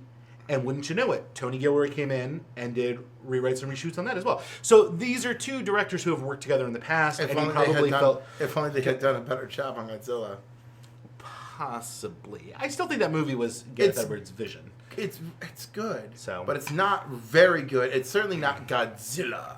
But what about this report that Junkie XL has been replaced as the composer for the film? With Danny Elfman. With Danny Elfman, who worked with Joss Whedon on Age of Ultron. Yep. And who brings a very different feel than Junkie XL. Batman the Animated Series. Danny Elfman from Batman and Batman Returns. That's right. Batman Returns, my favorite Batman. 25 years this year, right? Yep. Danny Elfman, who did the theme song to Desperate Housewives. Danny Elfman, who is basically legendary. Didn't Danny Elfman also do the theme to the '90s Flash, which was repeating himself a little bit? But anyhow, I'm sorry. Like, Danny Elfman is good. I do like Junkie XL. I actually love what he did with the Man of Steel soundtrack. The Man of Steel soundtrack is amazing. It's It's better than the movie. It's better than the movie. Yeah, it's highly regarded as an amazing soundtrack. I enjoy a lot of the score that he did with Hans Zimmer. Actually, he worked with Hans Zimmer on that. Yes. And then Junkie XL scored Batman v Superman by himself. Or did Hans Zimmer also help with that? I don't remember, because by that time you have to understand my care level was really strained. So I think. So what's your opinion of this? I think we're about to think the same thing, but go ahead. So and Junkie XL tweeted that he was replaced on the project, and he said somebody told him, I forget who it was. It might have been John Williams. Said you've made it in Hollywood when you've been replaced on a project. So he was fired. He was replaced, and I'm sure it was an amicable conversation. I hope and they said, look, you have many meetings to go through. Do you feel they brought Danny Elfman in to lighten the tone, to soften the score? Well, to make it a little more whimsical. I think Joss Whedon was brought in to soften and make it more whimsical. To soften and make it. Don't hate me for this, but more like the feel of a Marvel movie.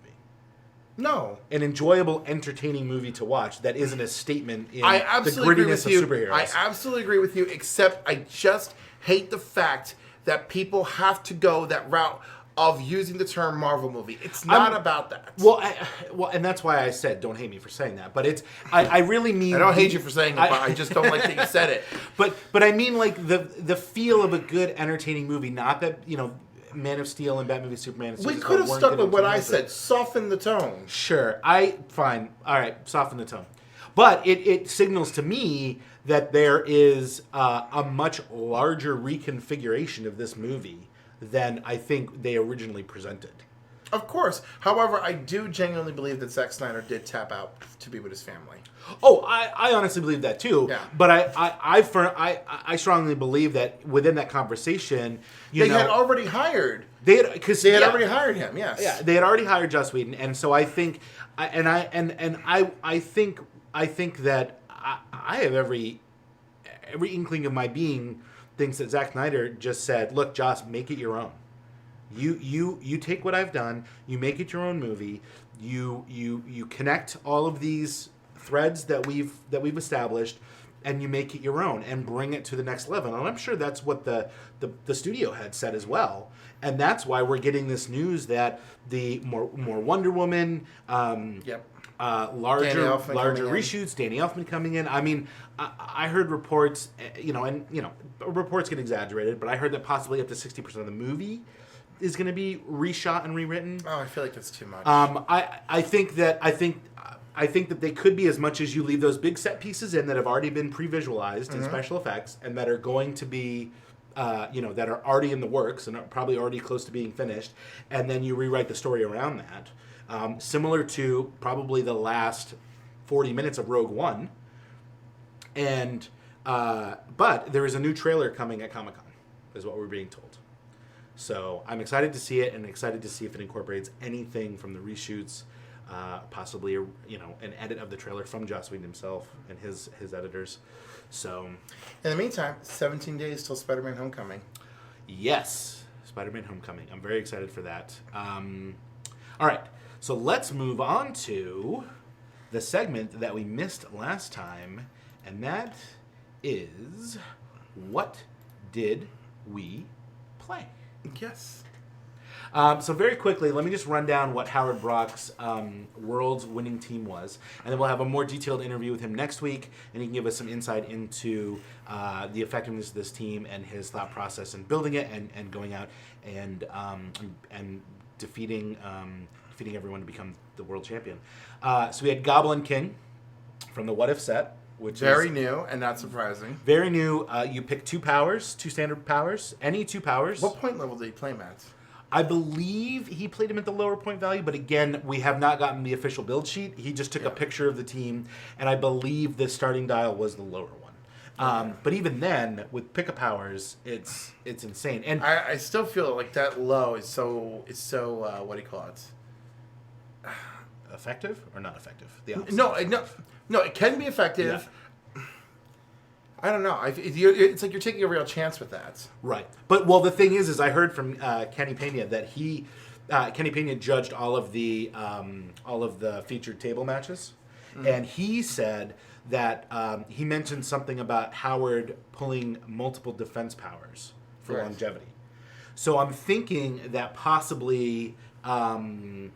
Oh, right, because he doesn't have any restrictions like Hakeem does. Right. It's just two powers. Right. Okay, so I can choose Energy Shield and combat reflexes, or I can choose Invincible and combat reflexes, or Invincible and Energy Shield, or Invincible and Shape Change. You can choose Invincible and Impervious, and then decide which one you want to use when you're attacked. I mean, there's a lot of different options there. He also played the Ha Joker. I believe he played him with one token, but I'm not entirely sure. He played Mercury from the World's Finest set. Right, cheap TK. He played Ironheart, which I'm not familiar with. Ironheart, that's from the... That's from the what do you call it? Avengers Defenders. Avengers Defenders. She's a super rare. Yep. She's cheap. She's cheap outwit, if I remember correctly. Possibly, yeah. Unfortunately, I'm not very familiar with the figure at all. He also played the Colossal Atom from Superman Wonder Woman. Yep. Also cheap. on the 15-point, basically the Colossal Retaliation Yep. click, which a lot of people were playing the Atom at that point, right? Yep. And the other figure that a lot of people were playing were the Pocket Tank. Yep. The Pym Pocket Tank, which if in I believe it like can be carried around with an adjacent friendly. Yeah. And then that character can be given an attack, and if they -1 their attack, then you can switch the tank out for the real tank, for the big tank, at its lower point value. Still quite effective. Yeah, it's I read up a little bit about it, and it's just a lot of stuff. It's high defense. It's got some fun stuff going on, and then the symbiote special object. Yep. Which that Also is that grants a shape rule? change, right? Yeah, I think it does. And is that is that a roll effect at the beginning of the turn, and then you don't know exactly what you have, or it gives you shape change in something else? I don't remember. Hang on, we're gonna look it up real quick right here. We're going to HC Realms unit section, by the way. If you're a heroclix player not familiar with this, equipped character can use plasticity and shape change and automatically breaks away. That's pretty good. Give the equipped character a free action. Roll a d6 that can't be re-rolled. 5 through 6, modify the character's combat values by +1 until your next turn. On a 1, place this object in an adjacent square, and the last equipped character can't be equipped by it this game. Oh, good lord! Put Goblin King up there too. So That's savage. yeah, exactly. So the Goblin King. No, wrong guy. Goblin King. You know what? I don't think he's. No, on he was here there. yet. You just had it. Oh, really? Yes. Goblin King. Here he is. Let's He's see. got 3-point dials. Yeah. That's why I wonder if he played him at mid dial. I think it was mid dial for the prob. Probably. Yeah, because the prob is so good at mid dial. So he has phasing teleport. Is that phasing? Phasing on the top. Are on you the sure movement. that looks like whatchamacallits? Earthbound like neutralize? yeah. No, that's Highlight phasing. it. I've played it. It's phasing teleport. Oh, thank God. Yeah. Oh, that's right. I know played you pulled it. I pulled Yeah, it. you I did. pulled it when we'll talk about that in a minute. He has nothing on his attack dial, and then he has an 18 impervious, a 4 damage with probability control. Double pick of power and power cosmic. Oh, that's right. Yeah. He does have power cosmic. Yep. Yeah. And if somebody misses an attack, you put a nightmare token on them, and while they have a nightmare token on them, they are -1 attack value. And then after actions, if they make an attack, after actions resolve, they remove a nightmare token from the character. So if they keep attacking Goblin King and keep missing, the token comes off. A second token goes on, and then at the end of the action, the first one comes off. So they could perpetually continue. So unless you're pulse waving, Yep. So very interesting team. He also played 3 ID cards. Yep. Spider-Man ID card so that he could bring in Cosmic Spider-Man. Excellent. Nightwing ID card so he could bring in the Nightwing LE. Yep, from the organized play version. Now what? I'm not familiar with that one. What Nightwing? This one has traded, improved movement, ignores elevated terrain, ignores hindering terrain. Once per game, give Nightwing a free action to place a Tony Zuko bystander token in an adjacent square, as included with this card. Oh. Yep. That doesn't go away after he leaves. And then he's got Charge and Flurry. Nightwing can target opposing characters with a close combat attacks regardless of elevation. Yep. Oh. Nightwing can use combat reflexes and defend. He's got a 17 defense. That can still be useful. When Nightwing is the target of a ranged combat attack, he can use super senses. But the thing is, he's giving his 17 to someone. It can still be useful. Yeah. It's when things are desperate. I mean, that's especially 17. on an ID character. Well, I was going to say, when things are desperate, that 17 could be everything. And what if you needed to go the opposite way? You need to heal somebody. Well, that's what I think Tony Zuko comes in as, because doesn't he have... Tony Zuko can use Perplex and Support. Yep. With a 9 attack, 15 toughness, and that stays in there for the rest of the game, and as a 0 point... Yeah. 0 point bystander token. That's pretty cool. He also played... Yeah, Nightwing gets to come out, drop a free dude, and join the support? fight. Yeah. Yes. I mean, that's pretty insane.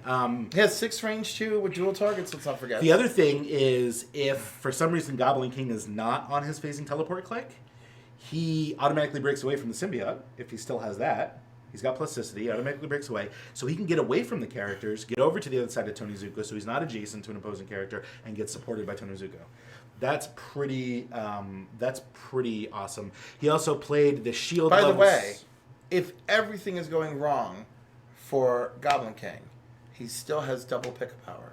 So if That's he true. still needs to, he could phase and teleport away and get healed. That's true. The longevity.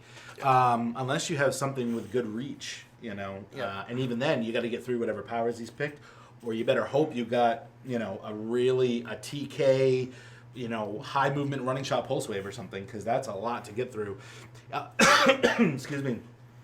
His last element was a shield level 7 ID card, which he had sign-lined Balls of Fury. Nick Fury from the super rare Nick Fury from Nick Fury from Nick Fury in Agents of S.H.I.E.L.D., the one that does the crazy outwit and can see through everything. Yep.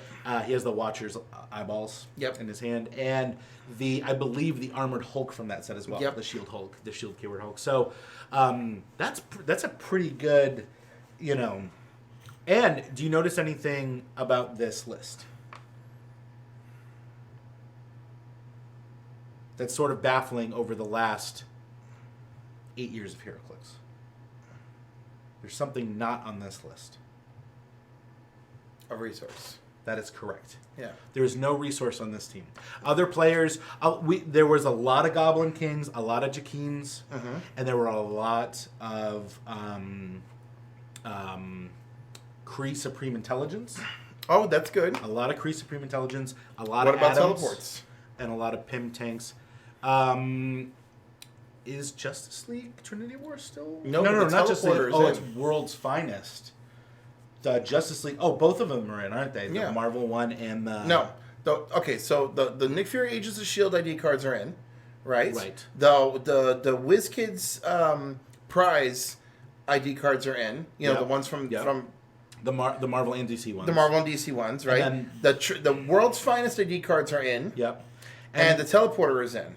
The Justice League teleporter. The Justice League teleporter. Yeah. You say teleporter, and in Yeah. my head I'm thinking of the Roundtable. Avengers Roundtable. But you're right. You're absolutely right. Which you can play both DC and Marvel ID cards on the teleporter. Yes. So again, we're gonna have Howard. We're gonna have an interview with Howard. He's also the director of the ROC, and he had his ROC gear on and representing. And he also played in the Team World Championship and won that with his son and his good friend. And we'll get all the info from him. We're talking to him on Sunday, and then we'll have the interview to play back next week. So we're very excited about that. All right, so let's talk about what events we just played over the course of the last couple weeks. Well, okay, so Saturday I actually hosted here an Adam West Batman tribute. Yes. And Sunday here we played Avengers Defenders War. Yep. We had a rough time Saturday. A rough time Saturday. A rough time Saturday. Oh, so tell us. There's only 4 of us here. You had to leave. That's right. I had to leave because of my kids were being crazy. So tell us the build rules for what you called the Bright Knight. Right, because obviously in honor of Adam of West. Adam West. So you had to have a Batman. It couldn't be a dual figure or anything like that. It had to be Batman. He shot down. I wanted to play the dynamic duo. Yes, I felt horrible about that. You should have. But of course, but I had because other people asked me about other Batman That's fine, duos, that's I had fine. to shut it down. So you could use any card or figure. Batman you had to have a Batman. So I couldn't have played the Caped Crusader Prime from the Batman set. I mean, you could It's have. called the Caped Crusader, though. It's not Batman. Right, you could have played him. No, but he couldn't have been your Batman. He would have had to be less points than your Batman. right. So you could play other stuff on there, but Batman had to be your Batman. Anyone else had to be less points than Batman. I know that sounds rough, guys. But resources and everything else we're still in. So some people felt good about bringing the utility belt with them. I like pairing those kinds of restrictions with resources. Yeah. And then the opposite of that, giving free reign to every figure without resources. because I feel like that really helps to balance like the dynamic of the game and makes it a lot more fun. You know, like Brawlers Night, where you bring like 5 brawlers that equal 1,000 points. I'm pulling this like out of my head. Like 5 brawlers who add up to 1,000 points. I think Highlander just they're ran doing this. one like that. Yeah, but we'll mention that event. But I can't remember if they get to use resources or not. But I would do something like that, but you can't use resources. Gotcha. Like, it's just got to be all about the sheer willpower of whatever you assemble. So if you made a power cosmic team, great. I make several different types of follow the leader events. Mm-hmm. It's like the small follow the leader event is like, okay, one guy can be 100 points, everybody else has to be 50 or less. Yeah. And then like the big follow the leader event is like you gotta build a main theme, you gotta build a name theme team, have your one big beefy character, and then everybody just has to be less points than the beefy character, not small points. I built a close to 1,000 point team. The build rules were 1,000 point team, had to be a theme team, and you had to use exactly 5 figures, but you could use resources. And I built Chariot Thor. 500 points, Chariot Thor, from Hammer of Thor set. Never played him before. And then I brought in the Captain from the old Captain America set, holding the hammer. Then I brought in the Spider-Man from that set, trying to pick up the hammer. And then I think I played Deadpool holding the hammer, the Asgards. And then, if memory serves me correct, I then put Split Lip on the team and put the hammers from the Book of the Skull. That sounds dirty fast. It was disgusting. It was absolutely disgusting. And I'm pretty sure I didn't even get to play in the event because there was an odd number and I was running the event, so I let everyone else play instead of giving someone a bye. So what did you play for the Bright Night? So for the Bright Night, I played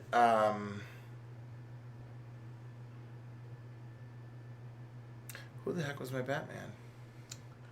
I don't really remember. It wasn't one from the 66 set, was it? No. I played I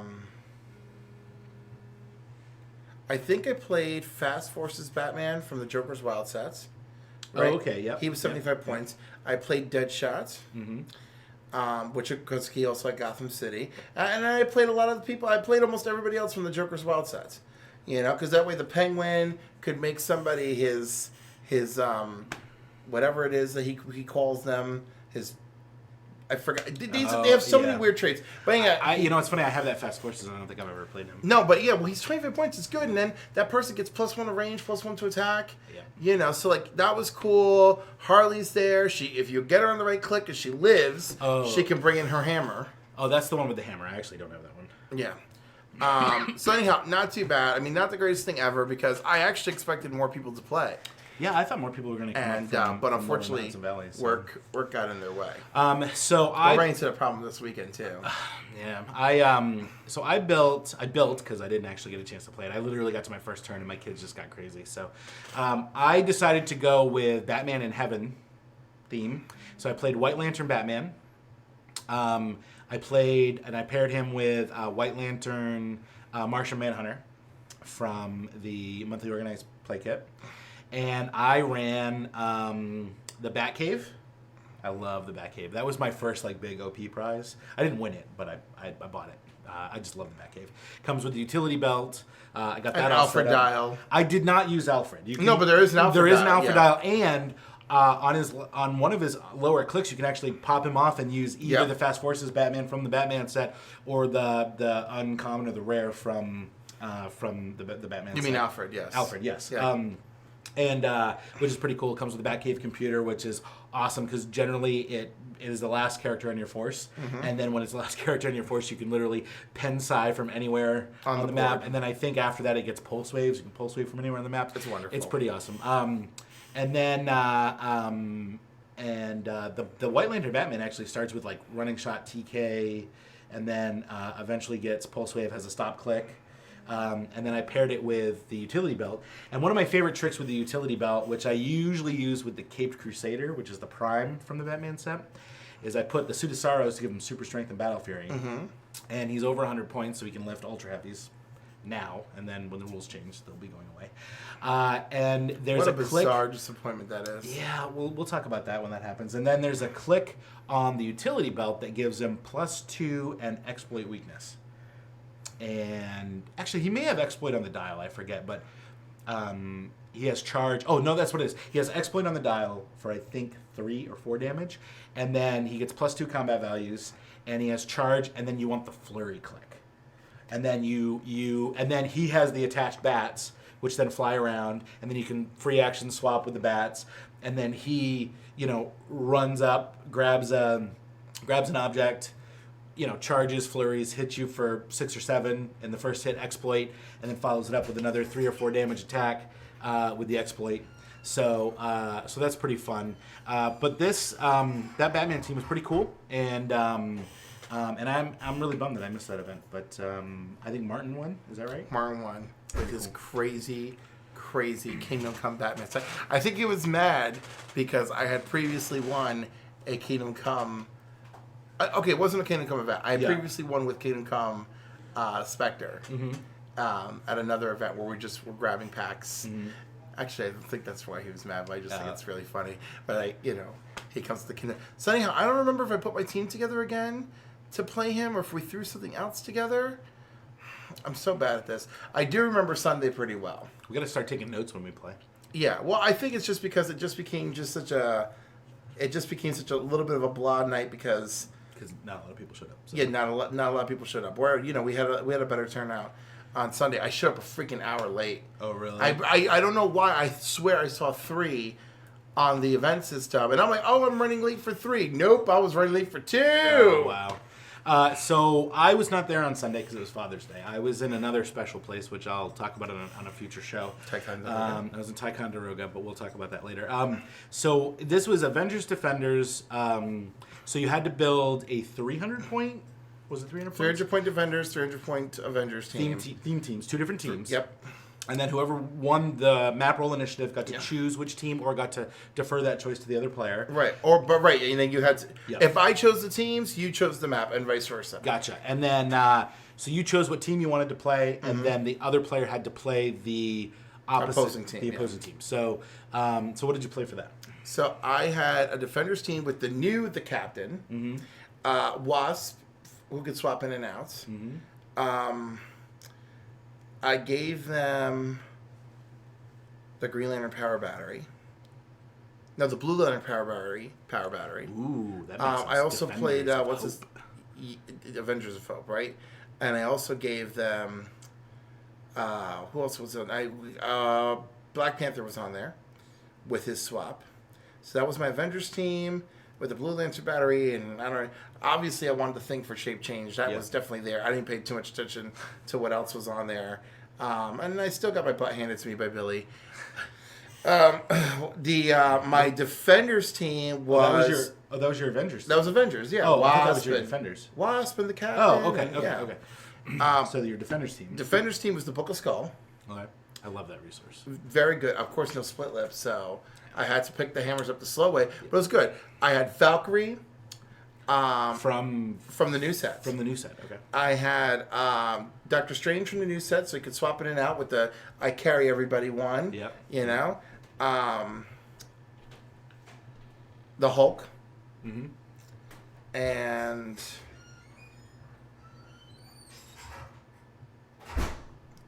Valkyrie, the Hulk, Doctor Strange. Who am I forgetting? I don't know. I wasn't there. I know, but it's just like what they're all from the set. Avengers Defender sets. Gotcha. So I'm trying to think like who's a defender I'm missing. Doesn't matter. Anyhow, it was good. Again, got my butt handed to me. I did get some points the second match, and I got points from the bye, thankfully. Mm-hmm. So that was helpful. So who ended up winning that event? Billy, of course. To be clear, was your Billy's Olesky? And so like he had. Player. I taught him everything he knows. So That's not and then he became the destroyer of It worlds. destroys. He had Namor to produce the Atlantean tokens. Oh, yep. And that was just horrible. He told me what his team was going to do. Yeah, too. he had the Defenders. Or no, she was an Avenger. He had Avengers Valkyrie, Right. From the one that Fear Itself. that when any character is KO'd, you can replace that character. You can put Valkyrie in the space where Right. they So were. whenever It's a placement. whenever I KO'd a stupid token, Valkyrie was there. So and- you pop out, you give him a double power action for 2 tokens, right? For Yep. 2 Atlanteans. You move the Atlantean up. Yep. You you do something with the Atlantean to give him an action token. You get it set up. And then you give the other Atlantean an action, so he has an action token. So you get it set up. Then you pass turn. Then they take their turn. Then you come back. Then you push the first Atlantean up, so he gets 2 tokens, and because it doesn't have willpower or indomitable, it gets KO'd. Right, and she can move. She gets placed there. Then she takes an action to attack. Yep. And she has some pretty good powers. for Yeah, that. ridiculous. She has. especially when she's possessed by Ophidian Oh my god. and using the Orange Lantern. I can't spell that. Just put Valk. So from Fear Itself, she has. So she starts off with. She's 130 points. She's got a Fender's team ability, 0 range. She has a 10 charge, an 11 special attack. Valkyrie can use Blades, Claws, Fangs, and Flurry. Mm-hmm. She has a 17 toughness, which doesn't really matter in this situation. And then she has a 3 damage leadership. And then it She- doesn't and matter then in her situation traded- because then she can choose from Ophidian the outwit power where I outwit you and I steal that ability for myself. Yeah. She could choose his defensive power. Oh my god! And then the power So battery. then she attacks. She flurries. Yeah. She does her damage. Yep. And then what he does is he keeps the other Atlantean back in his starting area next Yeah. to Namor, moves it, pushes it, KOs it, and then places Valkyrie back in the starting area. Yeah. And then clears Namor, so he sets up to do it again. Oh, and then the power battery that can always power itself, right? It's like, oh, power action. I can use charge, and none of your guys can. Sorry, Black Panther. Sorry, the Captain. You guys can't use charge, but Valkyrie can. Yeah. So between the battery and her outwit and just the tokens, the pod guys just kept coming. I was obliterated. Billy just has a very Actually, I his wasn't mind is just in obliterated. that game. I actually am proud. I wasn't completely obliterated. I don't think. I think the captain was the last one standing. Nope, he obliterated me. Captain was the last one standing. He obliterated me, but it was close to the clock, so I didn't feel too bad. I hate when Billy obliterates me in 10 minutes. Yeah. It's always nice to play a long game with Billy. I enjoy my games with Billy very much now. So let's talk. Well, he's made me a better player, which is good. I mean, that's the thing. yeah. You gotta have that attitude around It's cheering. that. I mean, that's You're what not gonna I have last. Mexican Dave for, so that's good. That's yes. It's not the only reason I have him. He's a good Okay. friend. So let's talk about upcoming events, and then we'll sign off for the night. Kerwin's is closed this weekend for renovations, which is very cool. We're gonna have some Fabulous we're doing renovations. It's looking very good. They already did the carpet on one side, so I'm very excited about that. And then let's talk. There's a big event going on in New Jersey this weekend at. Highlander. The toy. No, it's not at Highlander. Oh, that's right. Highlander's it's at the toy hosting it fair. at the yeah, toy fair. Highlander Comics and Games is hosting a big event. It's called the Highlander Open. It's their own event. It's their own thing, and they have a plethora of events and formats to play, including the Brawler format.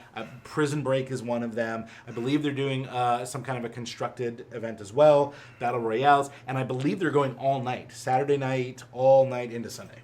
Interesting. So it should be very fun. Scott from, I believe Scott's the owner of Highlander Comics. Yes. He invited me down to take a look at that. I unfortunately can't get away because, kids and family. But the following weekend, so if you're in the New Jersey area, if you're in an hour or two drive like we are, please go down and check it out. It's going to be amazing. Kenny Pena is one of the TOs down there. He's a great player and a great judge, and he'll take good care of you. Tell him I said hi. And then the following weekend, July 1st and 2nd, we're having an event on July 2nd, which is It Takes a Squad. Build a 300-point team with characters that do not cost more than 50 points to play. So that should be very fun. I like those low point events. You know, I can bring out the... Well, now we have all these great low point characters, too. Yeah. And then we have another big event. We're having our grand reopening on July 7th through the 9th. That coincides with the latest Magic pre-release, Hour of Devastation. We're doing a whole bunch of events, including a midnight Yu-Gi-Oh tournament, an overnight Warhammer Apocalypse game. On Saturday, we're having... And all of our events on Friday, except for the pre-release event, I believe, are free. And then we have big prizes on Saturday and Sunday. And on Sunday, we're having a HeroClix Grand Reopening, a modern tournament. So we're celebrating the new modern age of HeroClix. Rotation was just this past June, right? Yeah. So, You mean we haven't been celebrating rotation yet? I have. Well, not here. We haven't done any events that were just modern. That's true.